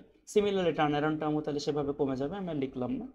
সো আচ্ছা একটু শর্টে লিখে দিই। সো প্রসেস 1 প্রথমবারের জন্য শেষ হয় 30-এ এবং আসে 0, আর প্রসেস 3 শেষ হয় 6 এবং ও অ্যারাইভ করে 0-তে। প্রসেস 2 ও 3। আপনি যদি এটাও হিসাব করেন আপনি দেখবেন অ্যাভারেজ টার্ন অ্যারাউন্ড টাইমও কমে গেছে। সো জাস্ট বিকজ ও কোন টাইমে এক্সিকিউট করা শুরু করতেছে এবং কাকে দিয়ে শুরু করতেছে তার উপর করে কিন্তু ফার্স্ট কাম ফার্স্ট সার্ভের আউটকামটা ডিফারেন্ট আসতে পারে। সো এটা একটু inconsistent in some cases. So এখানে তার মানে আমরা কি বুঝতেছি, একটা প্রসেস যদি খুব বেশি বড় বার্স্ট টাইম পায় বাকিগুলোর থেকে, তো সেই ক্ষেত্রে কিন্তু ওই প্রসেসটা আপনার পুরো এন্টায়ার সিস্টেমটাকে ক্লক করে দিতে পারে। সো এইটার জন্য আমরা একটা আইডিয়া শিখবো, এটা হচ্ছে কনভয় ইফেক্ট, যেটা আপনাদের একটা মেজর ইস্যু হবে ফার্স্ট কাম ফার্স্ট সার্ভে। সেটা হচ্ছে ধরেন আপনার অনেকগুলো প্রসেস আছে যেটা সিপিইউ বাউন্ড, অনেকগুলো প্রসেস আছে যেগুলো আপনার আইও বাউন্ড, মানে একটু আগে যে পড়ছিলাম সিপিইউ বাউন্ড আইও বাউন্ড এটা ওইখান থেকে বলতেছি। সো ধরেন সব থেকে অনেক বড় বার্স্ট টাইম আলা একটা সিপিইউ বাউন্ড প্রসেস সিপিইউতে গেল। সো সিপিইউতে যে সে ধরেন এতখানি টাইম, পুরোটা টাইম ওই প্রসেসটা, ওই প্রসেস 1 নাম দিলাম, ধরেন প্রসেস 1 এতখানি টাইম পুরোটা খাইতেছে। আর আইও আপনার বাউন্ড যেই প্রসেসগুলো সেগুলো আইও কিউয়ের মধ্যে ছিল, আইও থেকে ফাইল রিড কাজ শেষ করছে, কাজ শেষ করে ধরেন সে সিপিইউতে চলে আসছে, মিনিং রেডি কিউতে চলে আসছে এই টাইমটাতে। আসার পর যেহেতু প্রসেস 1 অনেকক্ষণ এখানে বসে আছে, তাহলে আইও বাউন্ড টাস্কগুলোকে কি পুরো এতক্ষণ টাইম ওয়েট করা লাগবে প্রসেসিং সিপিইউ শিডিউলিং পেতে।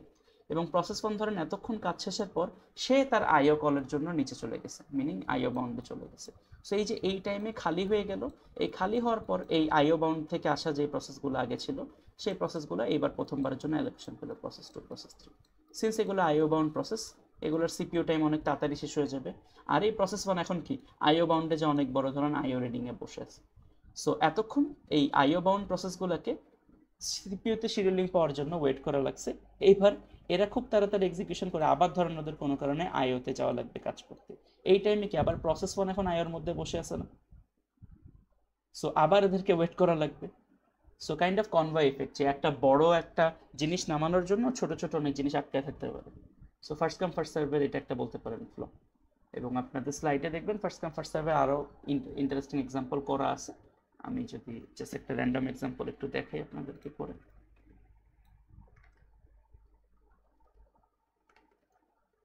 সো ধরেন প্রসেস 1, প্রসেস 2, প্রসেস 3। ধরেন প্রসেস 1 এর অ্যারাইভাল টাইম হচ্ছে 0, আচ্ছা 0 না দিই, প্রসেস 1 এর অ্যারাইভাল টাইম হচ্ছে 1, প্রসেস 2 এর অ্যারাইভাল টাইম হচ্ছে ধরেন 3, প্রসেস 3 এর অ্যারাইভাল টাইম হচ্ছে ধরেন 5, প্রসেস 1 এর বার্স্ট টাইম হচ্ছে ধরেন 7, প্রসেস 2 এর বার্স্ট টাইম হচ্ছে ধরেন 3, প্রসেস 5 3 এর বার্স্ট টাইম হচ্ছে ধরেন 2। টার্মিনেশন টাইমটা কি আমি একটু পরে আসতেছি, ইনফরমেশনটা আপনাদেরকে একটু ক্যালকুলেশনে হেল্প করে, সো মাঝে মধ্যে রাখলে ভালো। সো চলেন আমি জ্ঞান চার্টটা আবার আঁকি। সো জিরোতে অ্যামাউন্ট অফ টাইমে খেয়াল করেন তো, জিরোতে অ্যামাউন্ট অফ টাইমে কোনো প্রসেসে কি আসছে না। সো ও 0 থেকে 1 অ্যামাউন্ট অফ টাইম পর্যন্ত আইডল বসে থাকবে না এই টাইমটা। সো এই জায়গাটাতে আপনি আইডল লিখে দিতে পারেন বা একটা স্ট্যাটিক সাইন দিতে পারেন, বা আপনি যে কোনোভাবে ওইটুকু আইডেন্টিফাই করতে পারেন। এবার ওয়ান্থ টাইমে প্রথমবারের জন্য প্রসেস 1 আসছে। সো যেহেতু ফার্স্ট কাম ফার্স্ট সার্ভ, তাহলে 1 টাইমে কিউতে প্রসেস 1 ছিল, প্রসেস 1 রান শুরু করলো। এটার বার্স্ট টাইম কত? 7। সো 1 থেকে 8 অ্যামাউন্ট অফ টাইম পর্যন্ত প্রসেস 1 রান করলো। করার পর 8 নাম্বার টাইমে, এবার খেয়াল করে দেখেন তো 8 নাম্বার টাইমের মধ্যে অলরেডি রেডি কিউ থেকে কে চলে আসছে? এইটা এবং এইটা দুইটার অ্যারাইভ করে ফেলছে না, কারণ এটা অ্যারাইভ করে 3 নাম্বার সেকেন্ড, এটা 5 নাম্বার সেকেন্ডে। তাহলে রেডি কিউতে অলরেডি 8 নাম্বার সেকেন্ডে P2 P3 দোনোটাই চলে আসছে। সিন্স P2 আগে আসছে, অ্যারাইভ করছে আগে, তাহলে P2 আগে রান হবে। তাহলে P2 রান হলো, P2 বার্স্ট টাইম 3, তার মানে 8 আর 3 করলে 11। তারপরে 11 নাম্বার টাইমে শুধু P3 থাকবে, P3 রান হবে, P3 বার্স্ট টাইম 2, তাহলে 11 থেকে 13 P3 রান হবে, অ্যান্ড তারপর টার্মিনেশন শেষ হয়ে গেল 13তে, আর কেউ নেই। এইটাই তো আপনার কাজটা থাকবে। সো এবার আমি ওয়েটিং টাইমগুলো বের করতে পারবো না। সিমিলারলি আমি যদি ওয়েটিং টাইম বের করতে চাই P1 এর, P1 অ্যারাইভ করে 1 নাম্বার সেকেন্ডে এবং সে অ্যালোকেশন পায় 1-এ, এবং তারপরে পুরোটা টাইমে সে কাজ করে চলে যায়। তাহলে তাকে ওয়েট করা লাগছিল কতক্ষণ? 1 মাইনাস 1। সো 1 নাম্বার সেকেন্ডে অ্যালোকেশন পায়, মাইনাস 1 নাম্বার সেকেন্ডে অ্যারাইভ করে, তাহলে 0 সেকেন্ড ওয়েট করা লাগছিল। সিমিলারলি P2, মানে এখানে 0 কেন হয়েছে তো বুঝছি, তো অ্যারাইভই করছে 1, মানে যে এক্সাম্পলটা আমি ক্লাসে বলছিলাম আপনাদেরকে, যে একটা ধরেন হসপিটালে আপনি প্রথমবারের জন্য হসপিটালে ঢুকলেন, মিনিং আপনি রেডি কিউতে আসলেন, তারপর আপনি লাইনে দাঁড়াবেন, অনেক কিছু করবেন, তারপর অ্যাকচুয়ালি হসপিটাল থেকে আপনি আপনার ডক্টরের চেম্বারে যাওয়ার পর ডক্টর আপনার ডায়াগনোসিস করবে। সো ডায়াগনোসিস করাটা ধরেন সিপিও বার্স্ট, মিনিং ওই অ্যাকচুয়াল টাইমটার জন্য আপনি হসপিটালে আসছেন। কিন্তু ওইটা বাদে আপনি যে লাইনে দাঁড়াইছিলেন বা যা যাই কাজ করছিলেন, সেগুলো তো আপনার বেসিক্যালি ওয়েটিং টাইমের আন্ডারে পড়ে, রাইট? সো ওইটাই, সো এইটুকু হচ্ছে বেসিক্যালি হসপিটালে আসার টাইম, আর তার আগে যতক্ষণ সে ওয়েট করছিল। কিপ ইন মাইন্ড এটা আইডল কিন্তু সিপিইউ, এটা কিন্তু সিপিইউ আইডল থাকতেছে এই টাইমটা, রাইট? ডাজন্ট রিয়েলি মিন প্রসেসটা ওয়েট করছে তখন, কারণ প্রসেস আসছে 1 নাম্বার সেকেন্ড। সো প্রসেস 2 আসছে 3 নাম্বার সেকেন্ডে, মিনিং এরকম একটা জায়গায় আসছে 3 নাম্বার সেকেন্ডে, এবং সে অ্যালোকেশন পাইছে 8 নাম্বার সেকেন্ডে, মিনিং আপনি হসপিটালে ঢুকছেন 3 নাম্বার সেকেন্ডে, ডাক্তার আপনাকে ডায়াগনোসিস করা শুরু করছে 8 নাম্বার সেকেন্ড, তাহলে 3 থেকে 8 পাঁচটা সেকেন্ড আপনি ওয়েট করছেন। তাহলে 8 নাম্বার সেকেন্ডে আপনি অ্যালোকেশন পাইছেন সিপিইউতে, 3 নাম্বার সেকেন্ডে আপনি অ্যারাইভ করছেন, তাহলে ওয়েটিং টাইম 5। সিমিলারলি পি3টা আমি এক্সপ্লেন করতেছি না, তো জাস্ট লিখে দিই। ও অ্যারাইভ করে 5-এ এবং ও অ্যালোকেশন পায় 11-তে, তাহলে কত আসে 6 সেকেন্ড ওয়েট করে, তাহলে এটার অ্যাভারেজ করবেন, তাহলে অ্যাভারেজ ওয়েটিং টাইম পাবেন। সিমিলারলি এটা টার্ন অ্যারাউন্ড টাইম কীভাবে বের করবো আমরা, পি1 এর টার্ন অ্যারাউন্ড টাইম হবে সে 1-এ আসে এবং 8-এ শেষ হয়, তাহলে 1 থেকে 8-এর মধ্যে গ্যাপ যত, মিনিং 7 সেকেন্ড। পি2 3-এ আসে, 3-এ আসে এবং ও 11-তে শেষ করে, তাহলে 3 থেকে 11-এর মাঝখানের গ্যাপ কত, 8, তাহলে পি2 টার্ন অ্যারাউন্ড টাইম হচ্ছে 8। পি3 এর টার্ন অ্যারাউন্ড টাইম, পি3 আসে 5-এ, এরকম একটা পয়েন্টে 5, এবং সে শেষ করে 13-তে, তাহলে 5 থেকে 13-এর মধ্যে গ্যাপ হচ্ছে পি3, মিনিং 13 - 5 কত, আই বিলিভ আবার 8-এর,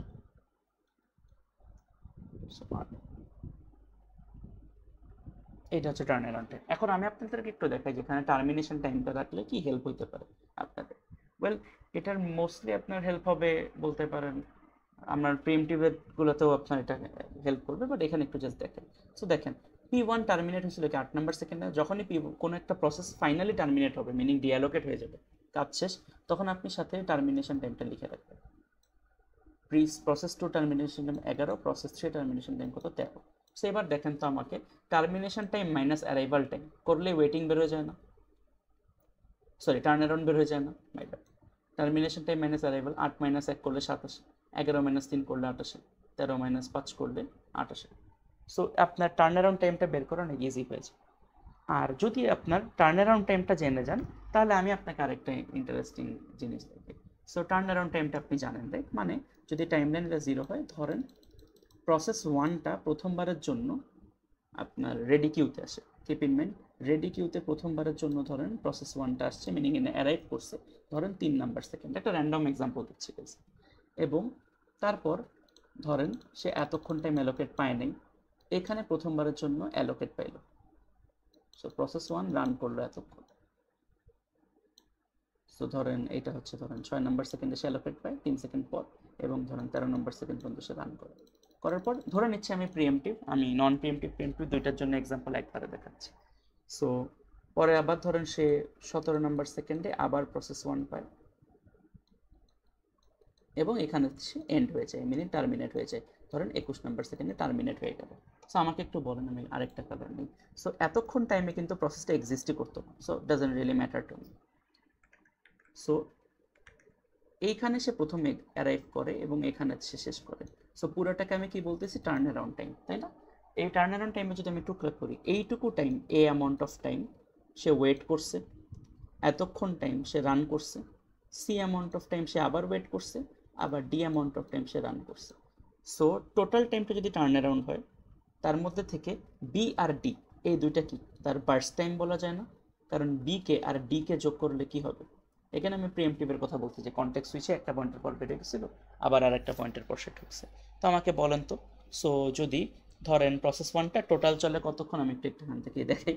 সো 6 থেকে 13 মানে 7, আর 17 থেকে 21 মানে 4, সো টোটাল 11 সেকেন্ড চলে, মিনিং 7 সেকেন্ড চলার পর প্রসেসটা কন্টেক্সট সুইচে চলে গেছিলো, আবার আরেকটা টাইম এসে 4 সেকেন্ড চলছে। So total 11 second, right? So এই 7 টোটাল টার্ন অ্যারাউন্ড টাইমটা তাহলে কত, 3 - 21 করলে কত আসে, যদি দেখেন কত আসে আপনার, 3 - 21 কত, 18 সেকেন্ড হচ্ছে টোটাল টার্ন অ্যারাউন্ড টাইম, তাই না? So total turn around time যদি 18 সেকেন্ড হয়, তার মধ্যে যদি এইদিকে 7 সেকেন্ড প্রসেসটা কাজ করে এবং এদিকে 4 সেকেন্ড কাজ করে, মিনিং 11 সেকেন্ড কাজ করে, তাহলে ওয়েটিং করছে কতক্ষণ? 7 সেকেন্ড। এবং চলেন এখান থেকে দেখেন তো, তার মানে এ অ্যামাউন্ট অফ টাইম আর যোগ সি অ্যামাউন্ট অফ টাইম যদি করতেন, তাহলে কি হতো? 3 থেকে 3 মানে 3 গ্যাপ, এদিকে 13 থেকে 14 মানে 4 গ্যাপ, 3 যোগ 4 কত? 7ই আসতো না? সো আমি কি বলতে পারি গাইস, তার মানে যে turn around time minus burst time করলেই, মিনিং যতক্ষণ সে কাজ করছে সেটা মাইনাস করে দিলে টোটাল তার লাইফ স্প্যান থেকে বাকি পুরো টাইমই সে ওয়েট করছে। মিনিং হসপিটালে আসা থেকে হসপিটালে যাওয়ার যে পুরো টাইমটা, হসপিটাল থেকে বেরোয় যাওয়ার যে পুরো টাইমটা, টার্ন অ্যারাউন্ড টাইম, তার থেকে যদি আমি মাইনাস করে দিই burst time, meaning actually doctor diagnosis করছে কতক্ষণ লাগছে, তার বাকি পুরো টাইমটি আপনি ওয়েট করছেন না। ব্যাপারটা বুঝতেছো? আপনি যে টার্ন অ্যারাউন্ড টাইম জানেন, আপনাকে ওয়েটিংটা ম্যানুয়ালি ক্যালকুলেট না করে আপনি turn around minus burst time করেও বের করে দিতে পারেন ওয়েটিং টাইম কত ছিল। Turn around minus burst time, waiting time, turn around minus burst time equals to waiting time. দেখেন তো এই তিনটা ভ্যালু আর এই তিনটা ভ্যালু সেম আসছে। সো দুইটা ওয়েতেই করা যায়, আলাদা করে ওয়েটিং টাইমও বের করতে পারেন, টার্ন অ্যারাউন্ড দিয়েও। ওকে, সো আমরা এখন দেখবো হচ্ছে নেক্সট অ্যালগোরিদম, যেটার নাম হচ্ছে শর্টেস্ট জব ফার্স্ট।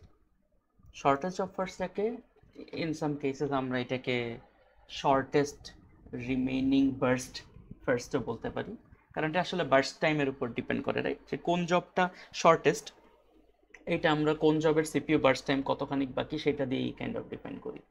সো এখন কথা হচ্ছে এইটা কি হিসাব মতো আমি যদি সব থেকে শর্টেস্ট যে বার্স্ট টাইম, মিনিং যেটার কাজ করতে সব থেকে কম টাইম লাগবে তাকে সবার আগে কাজ করি, সেকেন্ড যার সব থেকে কম টাইম লাগবে তাকে দিয়ে সেকেন্ড কাজ করে, and goes on and on, এবং সব থেকে বেশি টাইমটাকে লাস্টে দিয়ে করে, তাহলে আমাদের অ্যাভারেজ ওয়েটিং টাইম কমবে না?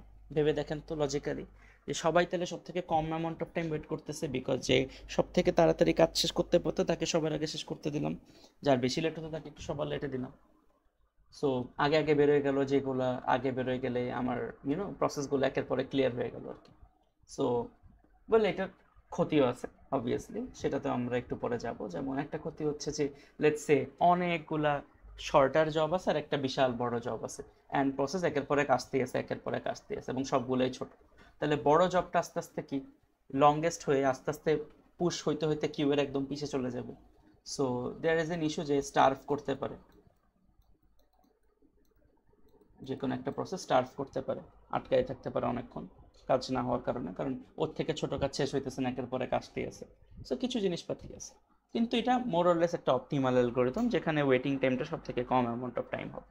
একটা প্রসেসের জন্য আনলাকি হয়ে গেল আর কি, এক বা দুইটা বা বড় প্রসেসগুলো, বাট ওয়েটিং টাইম যদি টোটালটা অ্যাভারেজ করেন সব থেকে কম ওয়েটিং টাইমের আসার কথা এটাই। কিন্তু এখানে বার্স্ট টাইম, আমি যে বার্স্ট টাইমটা নিয়ে একটু আগে বললাম, আমি এখানে একটা এক্সাম্পল দিচ্ছি, যেমন প্রসেস 1-এর 8 ইউনিট টাইম লাগে, প্রসেস 2-এর 4, ব্লা ব্লা ব্লা। সো এখন সমস্যাটা হচ্ছে বার্স্ট টাইমটা আমরা জানবো কেমনে? মানে আপনি তো ইউজুয়ালি যখন সিপিইউতে কোনো কোড রান করেন, আপনি তো আর বলে দিবেন না 8 সেকেন্ড আপনার কোড রান করবে, রাইট? বা 8 ইউনিট অফ টাইম রান করবে, কারণ এটা তো আসলে জানার কোনো উপায় নেই যে 100% কতখানি রান করবে। সো বার্স্ট টাইমটা আসলে ওকে অ্যাপ্রক্সিমেট করা লাগে। সো বার্স্ট টাইমটা অ্যাপ্রক্সিমেট করার জন্য অপারেটিং সিস্টেম একটা ফর্মুলা ফলো করে।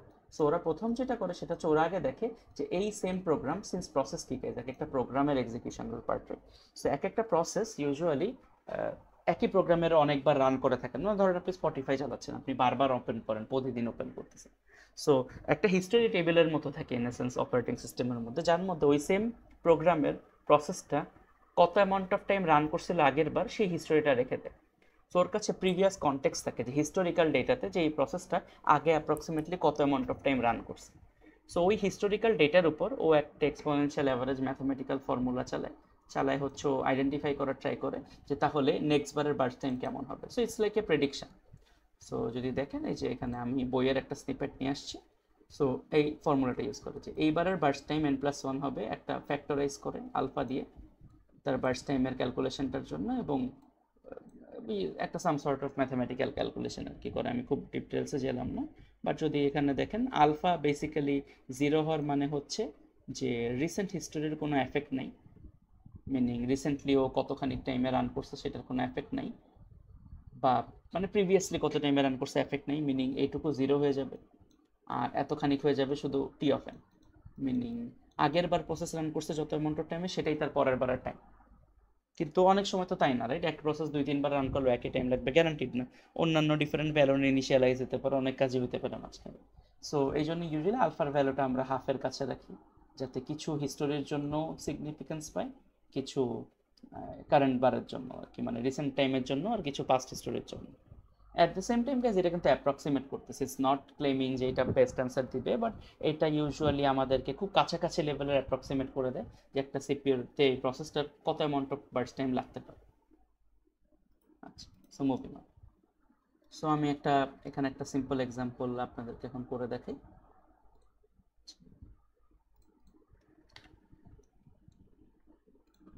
চলো, সো আমি এখানে কয়েকটা প্রসেস দিছি এবং সেগুলো অ্যারাইভাল টাইম দিছি এবং তার বার্স্ট টাইম দিছি।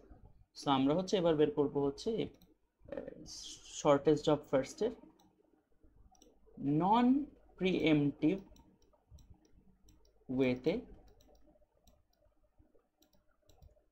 পুরোটা লিখলাম না, নন প্রিএমটিভ ভার্সনে কিভাবে এটা কাজ করে।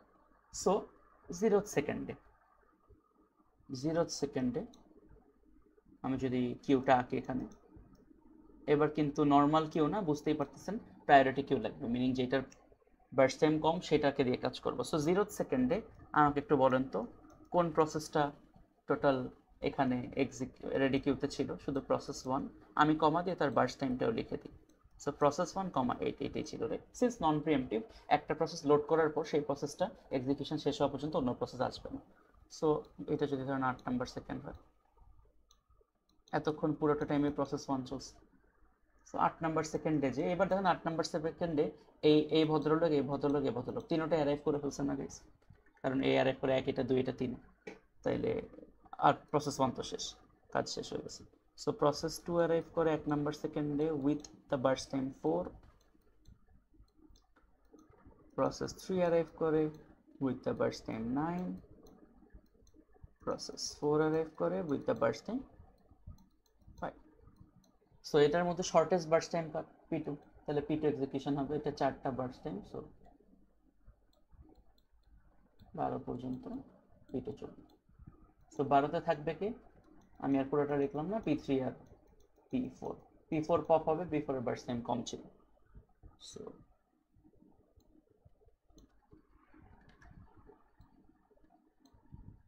P4 বার্স্ট টাইম ছিল 5, তাহলে 12 যোগ 5 কত, 17। আর 17তে কে এক্সিকিউট হবে, শুধু থাকবে P3 কত ছিল, 9, 17 যোগ 9 কত,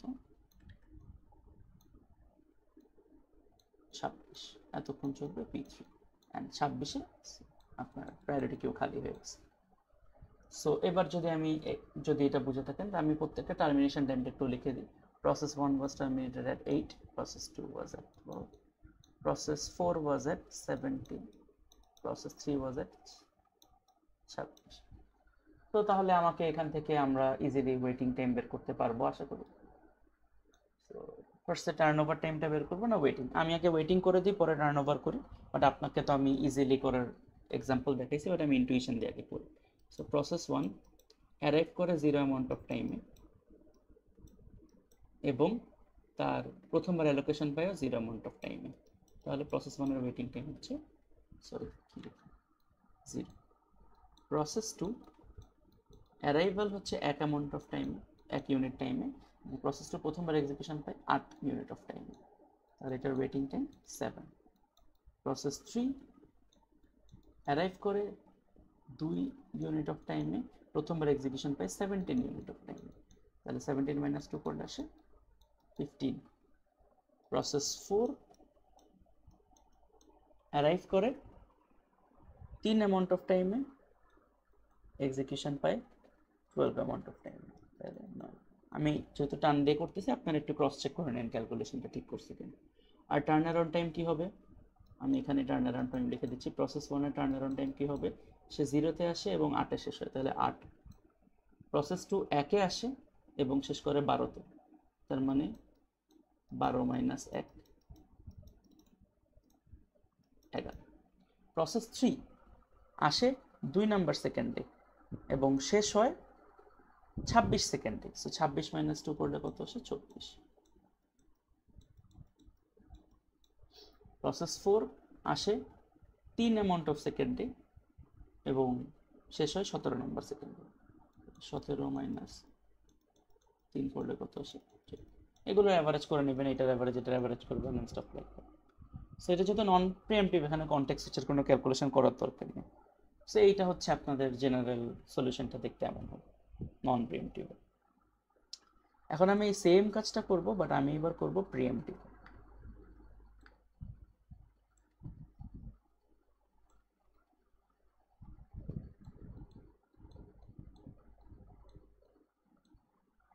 সো আমি এবার করতেছি প্রিএমটিভ, মিনিং এখানে কনটেক্সট সুইচের সুবিধাটা আছে। সো কনটেক্সট সুইচটা হইতে পারে কখন, এই জিনিসটা আমাদের জানা লাগবে তাহলে, তাই না গাইস? আমি এক কাজ করি, যেহেতু আমি এখানে করতেছি, আমি এখানে দুইটা কলাম বানাই দিই। একটা ওয়েটিং টাইম,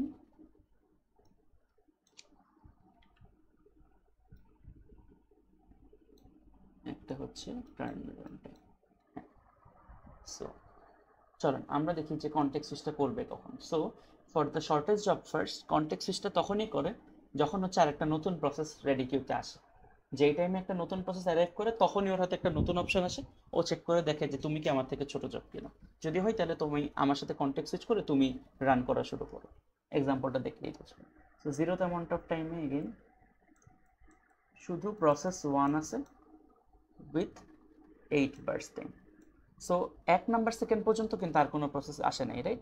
সেটা যদি 0 হয়, 1 নাম্বার সেকেন্ড পর্যন্ত প্রসেস 1 রান হয়েছে। 1 নাম্বার সেকেন্ড শেষ হওয়ার পর প্রসেস 1 এর বার্স টাইম 1 কমে 7 হয়ে গেছে, 1 সেকেন্ড তো রান করে ফেলছে, রাইট? তাহলে 1 নাম্বার সেকেন্ডে নতুন একটা প্রসেস এক্সিকিউশন আসলো রেডি কিউতে, কত? প্রসেস 2 4। তাহলে প্রসেস 1 7 আর প্রসেস 2 4। এইবার ও এই টাইমে স্টপ করে ও দেখতেছে যে আমার কি কনটেক্সট সুইচ করা উচিত কিনা। এখন দেখেন তো প্রসেস 2 কি আরও শর্ট না? সো শর্টেজ অফ ফার্স্টের রুল ওয়াইজ কি এটা শর্টেজ, তাহলে একে নিয়ে কাজ শুরু করার কথা। তাহলে কি হচ্ছে? প্রসেস 2 নিয়ে কাজ শুরু হচ্ছে। সো পরের পরেরটা আসবে কখন? 2 number second. So 2 number second পর্যন্ত প্রসেস 2 কাজ করবে। কিপ ইন মাইন্ড, যদি কোনো নতুন টাস্ক আসার আগে এই প্রসেসের কাজ শেষ হয়ে যায়, মানে প্রসেস 2 কাজ শেষ হয়ে যায়, সেক্ষেত্রে কিন্তু প্রসেস 2 পুরো কাজই করবে। যেহেতু 2 নাম্বার সেকেন্ড আরেকটা প্রসেস আসে, তার কারণে আমরা ওয়েট করতেছি। সো 2 নাম্বার সেকেন্ড পর্যন্ত প্রসেস 2 কাজ করছে। 2 নাম্বার সেকেন্ডে বার্স টাইম কমে 3 হয়ে গেছে এবং 2 নাম্বার সেকেন্ডে নতুন আরেকটা প্রসেস আসছে। এখন আছে P1 7, P2 3 আর নতুনটা কি? P3 9। এবং ও কি দেখলো যে না, আমি স্টিল শর্টেজ, তো আমারটা নিয়ে কাজ করতে থাকি। সো এরপরে 3 নাম্বার সেকেন্ডে যেহেতু আরেকটা প্রসেস আসবে, সো 3 নাম্বার সেকেন্ড পর্যন্ত কাজ করতেছে। আবার P2 নিজে কাজ করতেছে, সো 1 সেকেন্ড আরও কাজ করলো, বার্স্ট টাইম কমে হয়ে গেল 2। সো 3 নাম্বার সেকেন্ডে আসার পর P1 7, P2 2 আর P3 9 আর নতুন করে আসলো কত? P4 5। এগেন কোনটা শর্টেস্ট? এইটাই। তাহলে P2 আবার মানে কনটেক্সট সুইচটা আর কি হইল না। সো P2 কাজ করলো, নেক্সট 2 সেকেন্ড করলো, কারণ আর তো নতুন প্রসেস আসতেছে না, রাইট? সো এটা এক্সিকিউশন শেষ পর্যন্ত কাজ করবে। সো 5 নাম্বার সেকেন্ড আর 2 সেকেন্ড বাকি ছিল, কাজ শেষ হয়ে গেল P2।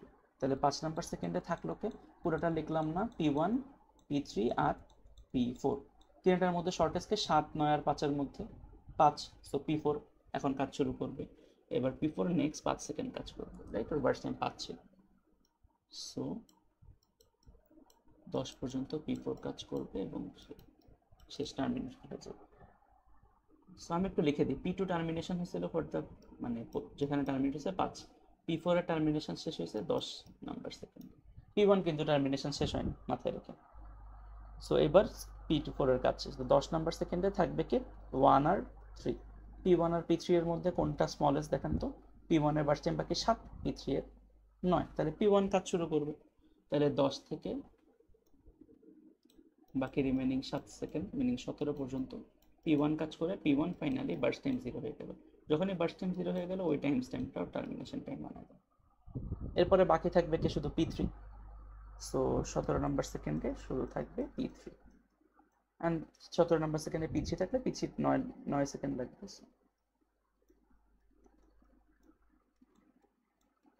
অ্যান্ড তারপরে এটা কাজ শেষ হয়ে গেলে ফাঁকা হয়ে গেল, ক্যামিওটোকাল লিখলাম না। সো 26 নাম্বার সেকেন্ড শেষ হয়ে। সো এখন আমরা এখান থেকে চলন বের করা ট্রাই করি ওয়েটিং টাইম কতক্ষণ লাগছে কোনটা। সো আমি কি ইনটুইশনটা দেখাই যে অ্যাকচুয়ালি আপনি কেমনে বের করতেছেন, তারপরে আমি এক্সাম্পলটায় টার্ন অ্যারাউন্ড টাইম দিয়ে অ্যাকচুয়ালি ওয়ার্ক অ্যারাউন্ডটাও দেখাই দিব। সো আপনি দেখেন প্রসেস 1 প্রথমবারের জন্য আসছে 0th অ্যামাউন্ট অফ টাইমে। সো আমি এটা লিখে দিই 0th অ্যামাউন্ট অফ টাইমে প্রথমবারের জন্য আসছে। এতক্ষণ সে ওয়ার্ক করছে, সো আমার গায়ে লাগতেছে না। এইখান থেকে সে কিন্তু আর ওয়ার্ক করে না। কতক্ষণ ওয়ার্ক করে নাই দেখেন তো, এতক্ষণ সে কিন্তু কোনো কাজ করে না, তাই না? এটুকু যদি আমি এক্স অ্যামাউন্ট অফ টাইম বলে কাজ করেনি, তারপরে এইটুকু টাইম সে কাজ করছে, আবার কাজ করার পর এন্ড হয়ে গেছে। সেটা স্টার্টিং পয়েন্ট ছিল 0, এন্ড হয়েছে 17 নাম্বার সেকেন্ডে। তো 0 থেকে 17 এই পুরো টাইম লাইনটা 0 থেকে 17, তার মানে টোটাল 17 সেকেন্ড। সোজা বাংলা বলে টার্ন অ্যারাউন্ড টাইম 17। যাই হোক, এর মধ্যে থেকে সে কাজ করছে কতক্ষণ, এতক্ষণ, মিনিং 1 সেকেন্ড কাজ করছে। এইদিকে কাজ করছে হচ্ছে 10 থেকে 17 গ্যাপ 7 সেকেন্ড, মিনিং 1 যোগ 7 কত, 8 সেকেন্ড কাজ করছে। 17 মাইনাস 8 করলে কত আসে, এইটুকু তাহলে 9 আসে। দেখেন তো 1 থেকে 10 9 না, তাহলে সে 9 সেকেন্ড ওয়েট করছে না, এই এতখানি time x amount of time তাকে ওয়েট করে লাগছে। এগেন এটার ওয়ার্ক অ্যারাউন্ডটাকে যদি টার্ন অ্যারাউন্ড টাইমটা আগে বের করে নিতেন, termination time minus arrival time করলে 17 মাইনাস 0 করলে কত আসে, 17। তাহলে termination time minus burst time, original burst time guys, এই কাটাকাটির পর না, অরিজিনাল বার্স্ট টাইম ছিল 8, 8 থেকে 17 বাদ দিলে 9 আসে। সো ডাইরেক্টলি আপনি করতে পারেন আর কি ক্যালকুলেশনটা, তাও আমি ইনটুইশন দিয়ে আগে করে দেখাচ্ছি, আপনি বাসায় প্র্যাকটিসের সময় ডিরেক্টলি করলেও চলবে। সো সিমিলারলি পরেরটাই যাই, তাহলে প্রসেস টু অ্যারাইভ করে এক অ্যামাউন্ট অফ টাইম,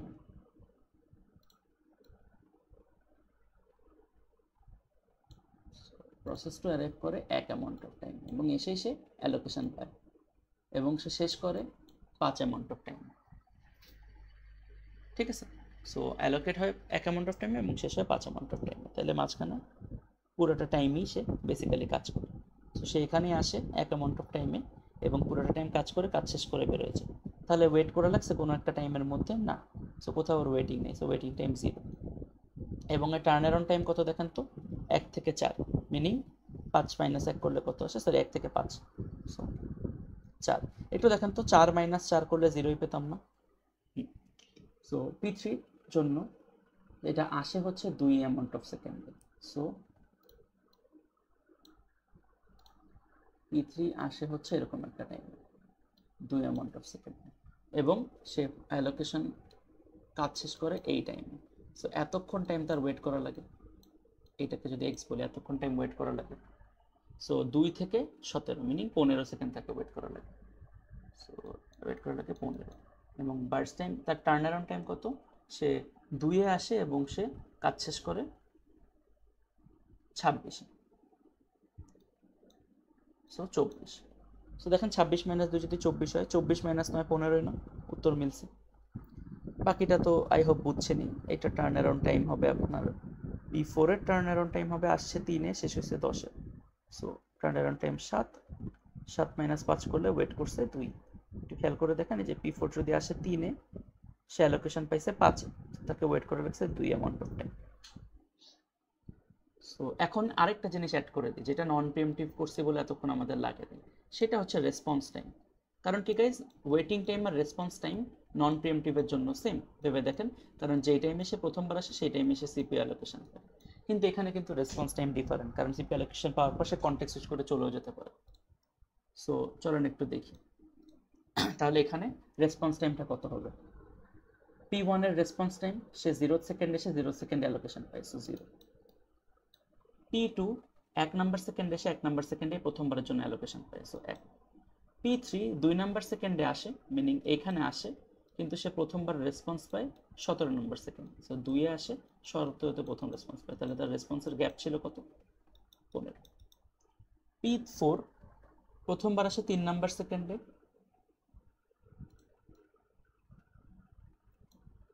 প্রথমবার আসে 3 নাম্বার সেকেন্ডে P4, এবং প্রথমবারের জন্য অ্যালোকেশন পায় 5 নাম্বার সেকেন্ডে, তাহলে P4 এর রেসপন্স টাইম কত, 2। সো এগুলো লাগবে, আর সাথে লাগবে নাম্বার অফ কন্টেক্ট সুইচ। এখন আমাকে একটু বলেন নাম্বার অফ কন্টেক্ট সুইচ কয়টা হয়েছে? এখানে যতবার সুইচ হয়েছে, যে P to P to P to, তার মানে কি কন্টেক্ট সুইচ হয়েছে? না।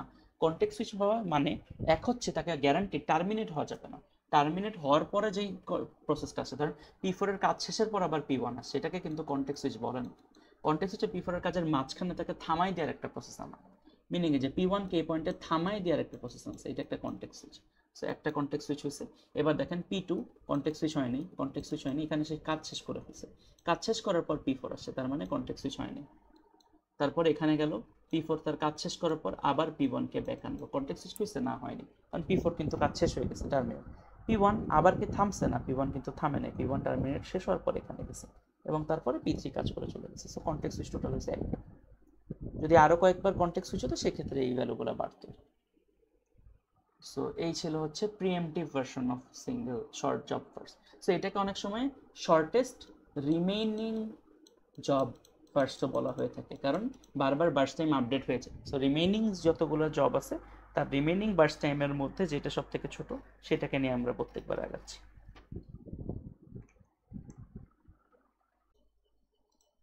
সো আমাদের যদি খেয়াল করেন, আমরা একটু আগে যখন শর্টেজ জব ফার্স্ট দেখলাম, শর্টেজ জব ফার্স্টের একটা মেইন সমস্যা হইতে পারে, সেটা হচ্ছে যে আপনার স্টারভেশন, মিনিং যে যে জবটা অনেক বড় সেটা কখনোই শুরুতে প্রায়োরিটি পাবে না, আর একটা জব যদি অ্যাবনর্মালি বড় থাকে আরেকটা অনেকগুলো জব থেকে, সেটা আস্তে আস্তে পুশ ব্যাক হইতেই থাকবে হইতেই থাকবে হইতেই থাকবে, ইভেনচুয়ালি এটা স্টার্ভ করবে।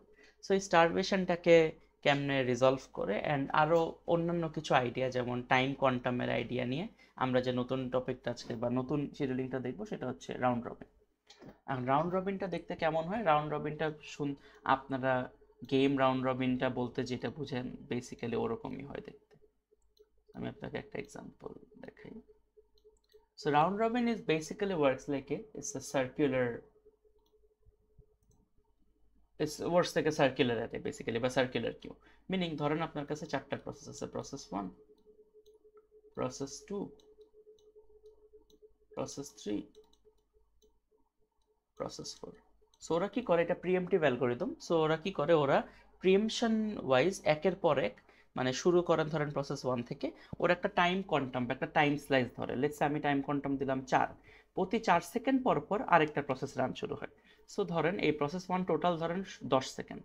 সো প্রথম 4 সেকেন্ড প্রসেস 1 রান হলো, হওয়ার পর দেখলো যে আমার কাজ শেষ হয়নি, সো এখান পর্যন্ত ওইটুকু যে কন্টেক্সট সুইচ করে প্রসেস 2 চলে গেল, প্রসেস 2 নেক্সট 4 সেকেন্ড রান করলো, 4 সেকেন্ড পর যদি প্রসেস 2 শেষ না হয়েছে প্রসেস 3 চলে গেল, প্রসেস 3 4 সেকেন্ড রান করলো, তারপর যদি শেষ না হয় প্রসেস 4 চলে গেল, প্রসেস 4 রান করলো, করে আবার প্রসেস 1 গেল, যে ধরেন আর 4 সেকেন্ড করে 8 সেকেন্ড করলো, করার পর প্রসেস 2 গেল। লেটস সে প্রসেস 2 আর ছিল এই 4 সেকেন্ড, ও কাজ শেষ করে ফেললো, সো এটা কিন্তু শেষ। এরপরে এইটা বেসিক্যালি কিউ থেকে তখন বের হয়ে যাবে। এই ভদ্রলোক আর কিউ এক্সিস্ট করে না এখন। সো এরপরে কি হচ্ছে, প্রসেস 3 রান করবে, প্রসেস 3 ধরেন এতখানিক রান করার পর একটু বাকি ছিল, তারপর প্রসেস 4 গেল, প্রসেস 4 এতখানিক রান করার পর শেষ, তার মানে ও কিউ থেকে বের হয়ে যাচ্ছে। তাহলে এরপর আবার বাকি থাকবে কি প্রসেস 1, আবার প্রসেস 1 আবার ঘুরে এতখানিক রান করে প্রসেস 1ও শেষ, ও কিউ থেকে বের হয়ে গেল। তাহলে পরের বার নেক্সটে প্রসেস আছে কি শুধু 3 এতখানিক বাকি ছিল, রান করে শেষ হয়ে গেল, সো পুরাটা কমপ্লিট হয়ে গেল। সো এইভাবে হচ্ছে রাউন্ড রবিন কাজ করে। সেখানে টাইম কোয়ান্টাম বা কতক্ষণ টাইম স্লাইস পার প্রসেস পাবে এইটা হচ্ছে আপনার উপর ডিপেন্ড করে, এবং ইউজুয়ালি এটার উপর একটা অ্যানালাইসিস আছে, সেটা নিয়ে আমরা একটু পরে কথা বলবো। অ্যান্ড এটা প্রিএমটিভ অ্যালগোরিদম তো বোঝাই যাচ্ছে। সো চলেন আমরা একটু আগের একটা এক্সাম্পলের আদলে আবার দেখি। সো ধরেন আমার কাছে এই প্রসেসগুলো আছে, ঠিক আছে, এবং প্রসেসগুলো আছে এবং সেটার অ্যারাইভাল টাইম সবগুলোই 0 টাইমে করে। আমি একটা সিম্পল এক্সাম্পল দেখাচ্ছি, অ্যান্ড তার বার্স্ট টাইম হচ্ছে 24, 3 আর 3। সো আমি ধরেন আমার গ্যান্ট চার্টটা আবার বানাই। সো লেটস এটা আমার গ্যান্ট চার্ট, ঠিক আছে। সো প্রথমবারের জন্য ধরেন এগেন রাউন্ড রবিন যেহেতু, সো প্রসেস ধরেন আমি এভাবে করে এখানে দেখাই। সো প্রসেস 1, তারপরে ধরেন প্রসেস 2, তারপরে ধরেন process 3। So let's say process একের পর এক ধরেন অ্যারাইভাল টাইম একে আর একটা প্রসেস আছে, সে কোথায় আসবে? সে হচ্ছে টেইলে আসবে, মানে আপনার কিউয়ের টেইলে আসবে, এবং কিউটা কিন্তু সার্কুলার। সো এখানে প্রসেস 4 অ্যাপেন্ড হবে, যদি আরেকটা প্রসেস আসতো অন্য একটা টাইমে প্রসেস 5 ওর পর অ্যাপেন্ড হতো। আমি ওই কমপ্লিকেটেড এক্সাম্পল দেখালাম না, আপনারা এটা একটু করে নিন। সো আমি একটা আইডিয়া দিয়ে দিই বলে। সো একটু খেয়াল করে দেখেন। সো প্রথমবারের জন্য ধরেন প্রসেস 1 কাজ করলো। সো আমি ধরেন বলে দিলাম time quantum is 4, meaning 4 amount of স্লাইসেও কাজ করে। সো 2-3টা সিনারিও আমরা একসাথে দেখবো, চলুন। সো প্রথম সিনারিও কি, ডাজেন্ট ফিনিশ, আর একটা সিনারি হতে পারে within that time quantum it finishes. So এটা হলে কি হবে, ওইটা হলে কি হবে, চলেন দেখি। সো মনে আছে কিনা আমরা দুইটা পড়ছিলাম একটু আগে, দুইটা আইডিয়া, একটা প্রিএমটিভ আর একটা হচ্ছে ভলেন্টারি রিলিজ। মনে আছে আমরা যে শুরুতে দেখাইছিলাম যে একটা হচ্ছে এক্সিট হয়ে গেছে বলে বাধ্যতামূলক তাকে রিলিজ করা লাগতেছে সিপিউর ভলেন্টারিলি, আর একটা হচ্ছে প্রিএমটিভলি আমি নিজে ওকে মাঝপথে থামাই দিয়ে রিলিজ করতেছি। সো সেই দুইটা আইডিয়া চলেন দেখি। সো প্রথমবারের জন্য প্রসেস 1 ধরেন কি হয়ে গেল। সো প্রসেস 1 গেল 4 টাইম স্লাইস পর্যন্ত কাজ করার চেষ্টা করবে। 4 টাইম স্লাইসে কেউ শেষ হয়ে যায়, ফিনিশ হয় না। সো কি করলো, 4 টাইম স্লাইস পর্যন্ত কাজ করলো প্রসেস 1। করার পর এটা হয়ে গেল কত, আচ্ছা 24 একটু বড় হয়ে যায় গেছে, এক্সাম্পল ধরেন 14 ছিল, ঠিক আছে। সো 14 4 কমে গেলে কত হয়, 10। আচ্ছা, সো এবার 10 টাইম স্লাইস থাকে, এবার কোনটা রান করবে, এটা প্রসেস 2। প্রসেস 2 দেখেন তো 4 টাইম স্লাইসের আগে শেষ হয়ে যায় না। সো আগে শেষ হয়ে গেলে ও ততক্ষণই রান করবে। সো ধরেন না 3 অ্যামাউন্ট অফ টাইম, সো 3 মানে সরি 7 অ্যামাউন্ট অফ টাইম পর্যন্ত প্রসেস 2 রান করছে। করার পর প্রসেস 2 কিন্তু কাজ শেষ, মিনিং ও আর কিউ এর মধ্যে নাই। এবার 7 নাম্বার সেকেন্ড থেকে পরের কাজ শুরু হবে। সো যদি ভলেন্টারি লো বেরোয় যায়, সেই সেকেন্ড থেকে আবার নতুন টাইম কোয়ান্টাম কাউন্ট শুরু হবে। সো 7 যোগ 4 11 করে বেসিক্যালি। সো এবার নেক্সট প্রসেসে যাব P3। সেটার বার্স্ট টাইম 0 হয়ে গেছে, P3 তে গেলাম, এগেন P3 ও কি নেক্সট 3 সেকেন্ডে, মিনিং 10 নাম্বার সেকেন্ডে শেষ হয়ে যাবে P3। সো শেষ হয়ে যাওয়ার মানে কি, ভলেন্টারিলি আবার রিলিজ করে দিল। রিলিজ করে দিলে কি হলো, এবার ও আবার মানে বেসিক্যালি নিজের সাথে একটা সার্কুলার কিউ বানাইতেছে আর কি। সো এবার কি হলো, P3 ভলেন্টারি রিলিজ হয়ে গেল, 10 নাম্বার সেকেন্ডে আবার টাইম কোয়ান্টাম শুরু হলো। সো নেক্সট 4 সেকেন্ডের জন্য কে রান করবে, আবার P1।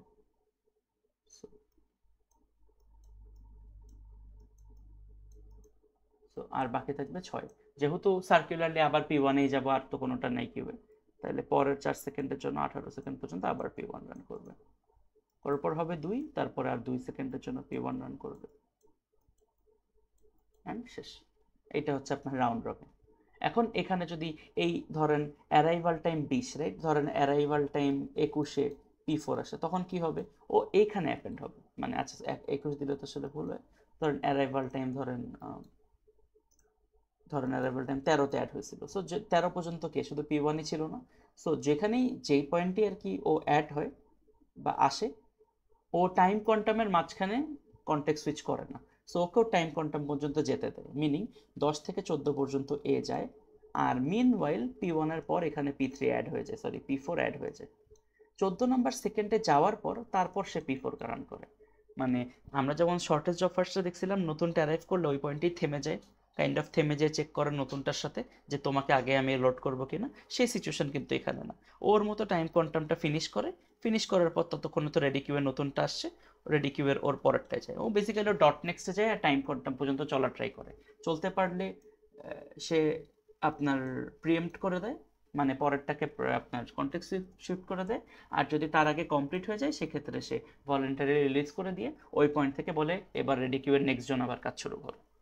এইটাই হচ্ছে আপনার রাউন্ড রবিন। সো এটার আপনার এরকম, এটা যদি ওয়েটিং টাইম বের করেন, এটার P1 এর ওয়েটিং টাইম কত হবে, P1 শেষ হয়েছে 18-তে, শুরু হয়েছিল 0-তে।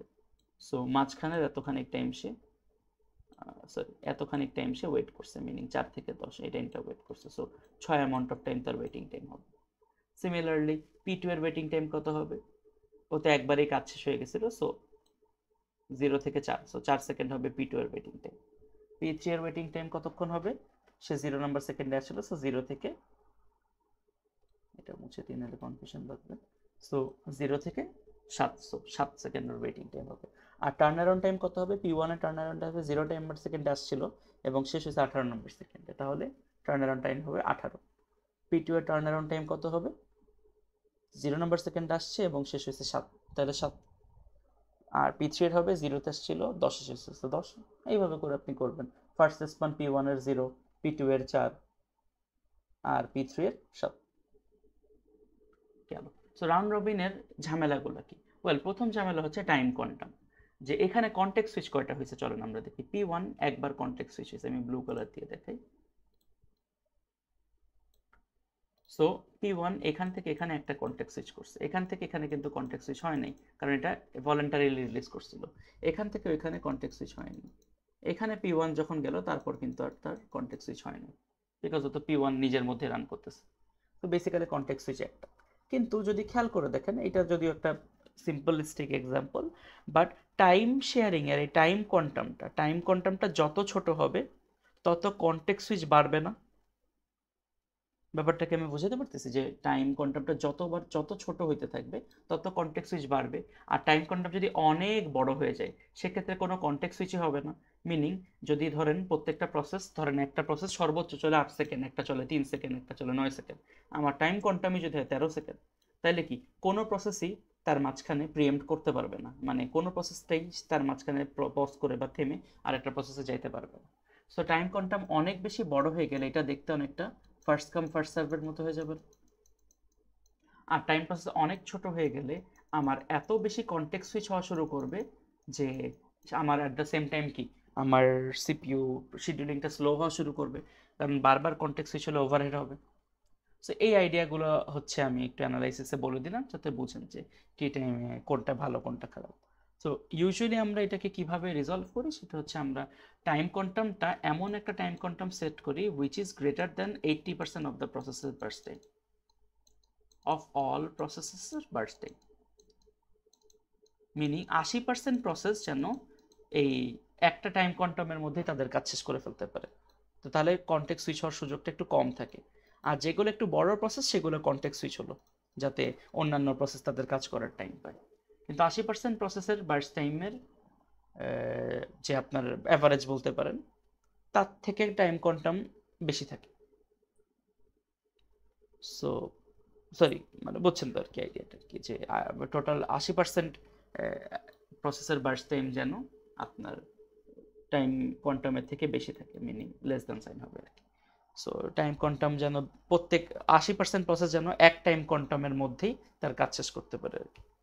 সো এটা আর কি আপনাদেরকে একটু হেল্প করবে টু অপটিমাইজ দিস আর কি। সো এইভাবে করে করবেন। আমি ওয়েটিং টাইমের ইনফরমেশনসগুলো দিলাম না, আই হোপ বুঝছেন। আচ্ছা, এবার আমরা যেটা দেখবো সেটা হচ্ছে প্রায়োরিটি শিডিউলিং। প্রায়োরিটি শিডিউলিংটা কি, যে আমরা প্রসেসগুলোকে একটা প্রায়োরিটি অ্যাসাইন করি এবং প্রায়োরিটি ওয়াইজ তাকে শিডিউল করার ট্রাই করি। মিনিং, যদি একটা প্রসেস রান করতে থাকে সে অবস্থায় আরেকটা প্রসেস আসে, যে প্রসেসটার প্রায়োরিটি আগেরটার থেকে বেশি, ওই টাইমে এই প্রসেসটাকে সরাই দিয়ে যেটার প্রায়োরিটি বেশি সেইটাকে রান করি। সো আমরা যে প্রায়োরিটি ক্রাইটেরিয়া ইউজ করবো সেটা হচ্ছে সব থেকে ছোট জবটাকে সব থেকে বেশি প্রায়োরিটি দিব, সব থেকে বড় জবটাকে সব থেকে কম প্রায়োরিটি দিব। দেখেন এটার বার্স্ট টাইম 9, এটার প্রায়োরিটি সব থেকে বেশি 4।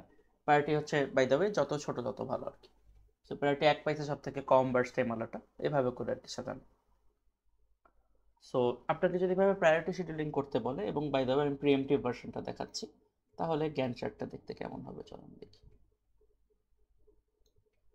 সো 0th টাইমে শুধু ছিলই হচ্ছে প্রসেস 1 উইথ বার্স্ট টাইম আর লিখলাম না। সো 0th টাইমে প্রসেস 1 ছিল শুধু। সো 0 থেকে 1 সেকেন্ড পর্যন্ত প্রসেস 1 চললো, বার্স্ট টাইম হয়ে গেল 7। এবার 1th টাইমে আসলো প্রসেস 1 এর সাথে নতুন অ্যাড হলো কে প্রসেস 2 অ্যারাইভ করলো। প্রসেস 2 এর প্রায়োরিটি কত? 1। প্রসেস 1 এর কত ছিল? 3। তাহলে কি প্রায়োরিটি এটার বেটার না? তাহলে কনটেক্সট সুইচ হবে না? কনটেক্সট সুইচ হয়ে এবার কে আসবে? প্রসেস 2। সো প্রসেস 2 আসলো এবং সে চললো আর 1 second. So process 2 burst time কমলো। এবার প্রসেস 3 আসলো 2 নাম্বার সেকেন্ডে। So P1, P2, P3 ready কিউয়ে এখন 3টেই আছে। এবার আমাকে বলেন এটার প্রায়োরিটি 4 আর কারেন্টলি রানিং ছিল প্রসেস 2 যার প্রায়োরিটি 1, তাহলে অবভিয়াসলি প্রসেস 2ই চলবে। তাহলে প্রসেস 2 চলবে আর 1 সেকেন্ড পর্যন্ত যতক্ষণ আর নতুন প্রসেসটা আসে। সো প্রসেস 2 এর বার্স্ট টাইম কম হলো 2। এবার প্রসেস 3 নাম্বার সেকেন্ডে বা 3 নাম্বার ইউনিট অফ টাইমে প্রসেস 1, প্রসেস 2, প্রসেস 3, প্রসেস 4 সবগুলোই চলে আসছে। প্রসেস 4 এর প্রায়োরিটি কত? 5। সো এখন যতগুলো লিস্ট আছে তার মধ্যে সব থেকে কম প্রায়োরিটি প্রসেস 2 এর, তাহলে প্রসেস 2 আবার রান শুরু হবে। সো কতক্ষণ রান হবে? আর বাকি ছিল 2 burst time, so 2 burst time run করলো। সো প্রসেস 2 এতক্ষণ রান হলো, হওয়ার পর প্রসেস 2 কিন্তু শেষ।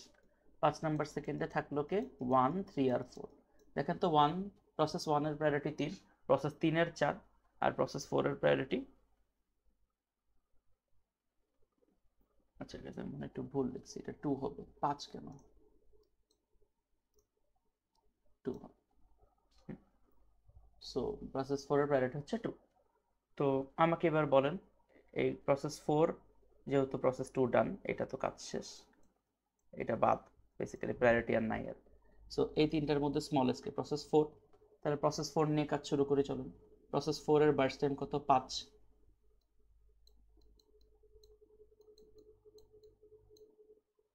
আচ্ছা তারপরে প্রসেস 4 শেষ হয়ে গেল, সো প্রসেস 4 এর প্রায়োরিটি ডান। এবার 10 সেকেন্ডে থাকবে কি প্রসেস 1 আর 3। 1 আর 3 এর মধ্যে আপনার কোনটার প্রায়োরিটি বেশি, 1 এর। সো 1 এর বার্স্ট টাইম বাকি ছিল 7, তাহলে 17 পর্যন্ত প্রসেস 1 চললো, বার্স্ট টাইম 0 হয়ে গেল, প্রায়োরিটিও শেষ এটার বেসিক্যালি। তো এবার বাকি থাকে শুধু প্রসেস 3, বাকিটা তো বুঝছিলেন 9 বার্স্ট টাইম, সো 26 পর্যন্ত প্রসেস 3 চলবে। সো আপনি অ্যাকর্ডিংলি আপনার ওয়েটিং টাইম এন্ড স্টাফ বের করবেন। সো কনটেক্সট সুইচ কয়টা হয়েছে, একটা কনটেক্সট সুইচ হয়েছে, এটা কনটেক্সট সুইচ না, এটাও কনটেক্সট সুইচ না, এটা কি কনটেক্সট সুইচ না, এবং এটার পর এটাও কনটেক্সট সুইচ ছিল না, এটাও কনটেক্সট সুইচ ছিল না, কারণ এক্সিট হওয়ার পর ভলেন্টারিলি রিলিজ করছে। সো কনটেক্সট সুইচগুলো আপনারা আপনাদের মতো ক্যালকুলেট করে নিয়ে পরে। অ্যান্ড এটার ইস্যুগুলোর মধ্যে একটা ইস্যু হচ্ছে আপনার এটাও এগেনস্ট স্টারভেশন হতে পারে, বিকজ একটার প্রায়োরিটি অনেক বেশি বড় থাকলে সেটা অনেক সময় মেবি হবে না, সলভ হবে না। সো এটার একটা সলভ আছে, এটাকে আমরা এইজিং বলি। এইজিং মানে আমরা একটা সার্টেন টাইম সাইকেল পর যেগুলো রিমেনিং তাদের প্রত্যেকের প্রায়োরিটির ভ্যালু এক করে, বা যেগুলো বড় তাদের প্রায়োরিটির ভ্যালু এক করে কমায় দিই। সো আপনাদের এটা না মানে আপনাদের জাস্ট জানানোর জন্য জানালাম আর কি। So there is a process called ageing, যে হচ্ছে আপনার বড়গুলার প্রায়োরিটির ভ্যালু সময়ের সাথে, মানে যত সাইকেল ও বেশিক্ষণ আর কি রেডি কিউতে থাকবে তত ওর এজ কমাইতে থাকি আমরা, মানে প্রায়োরিটি কমাইতে থাকি, কমাতে কমাতে ও আসলে একটা টাইমে ভালো প্রায়োরিটির কমের দিকে চলে আসে। সো ওই টাইমে আর কি ও তাড়াতাড়ি রান করতে পারে।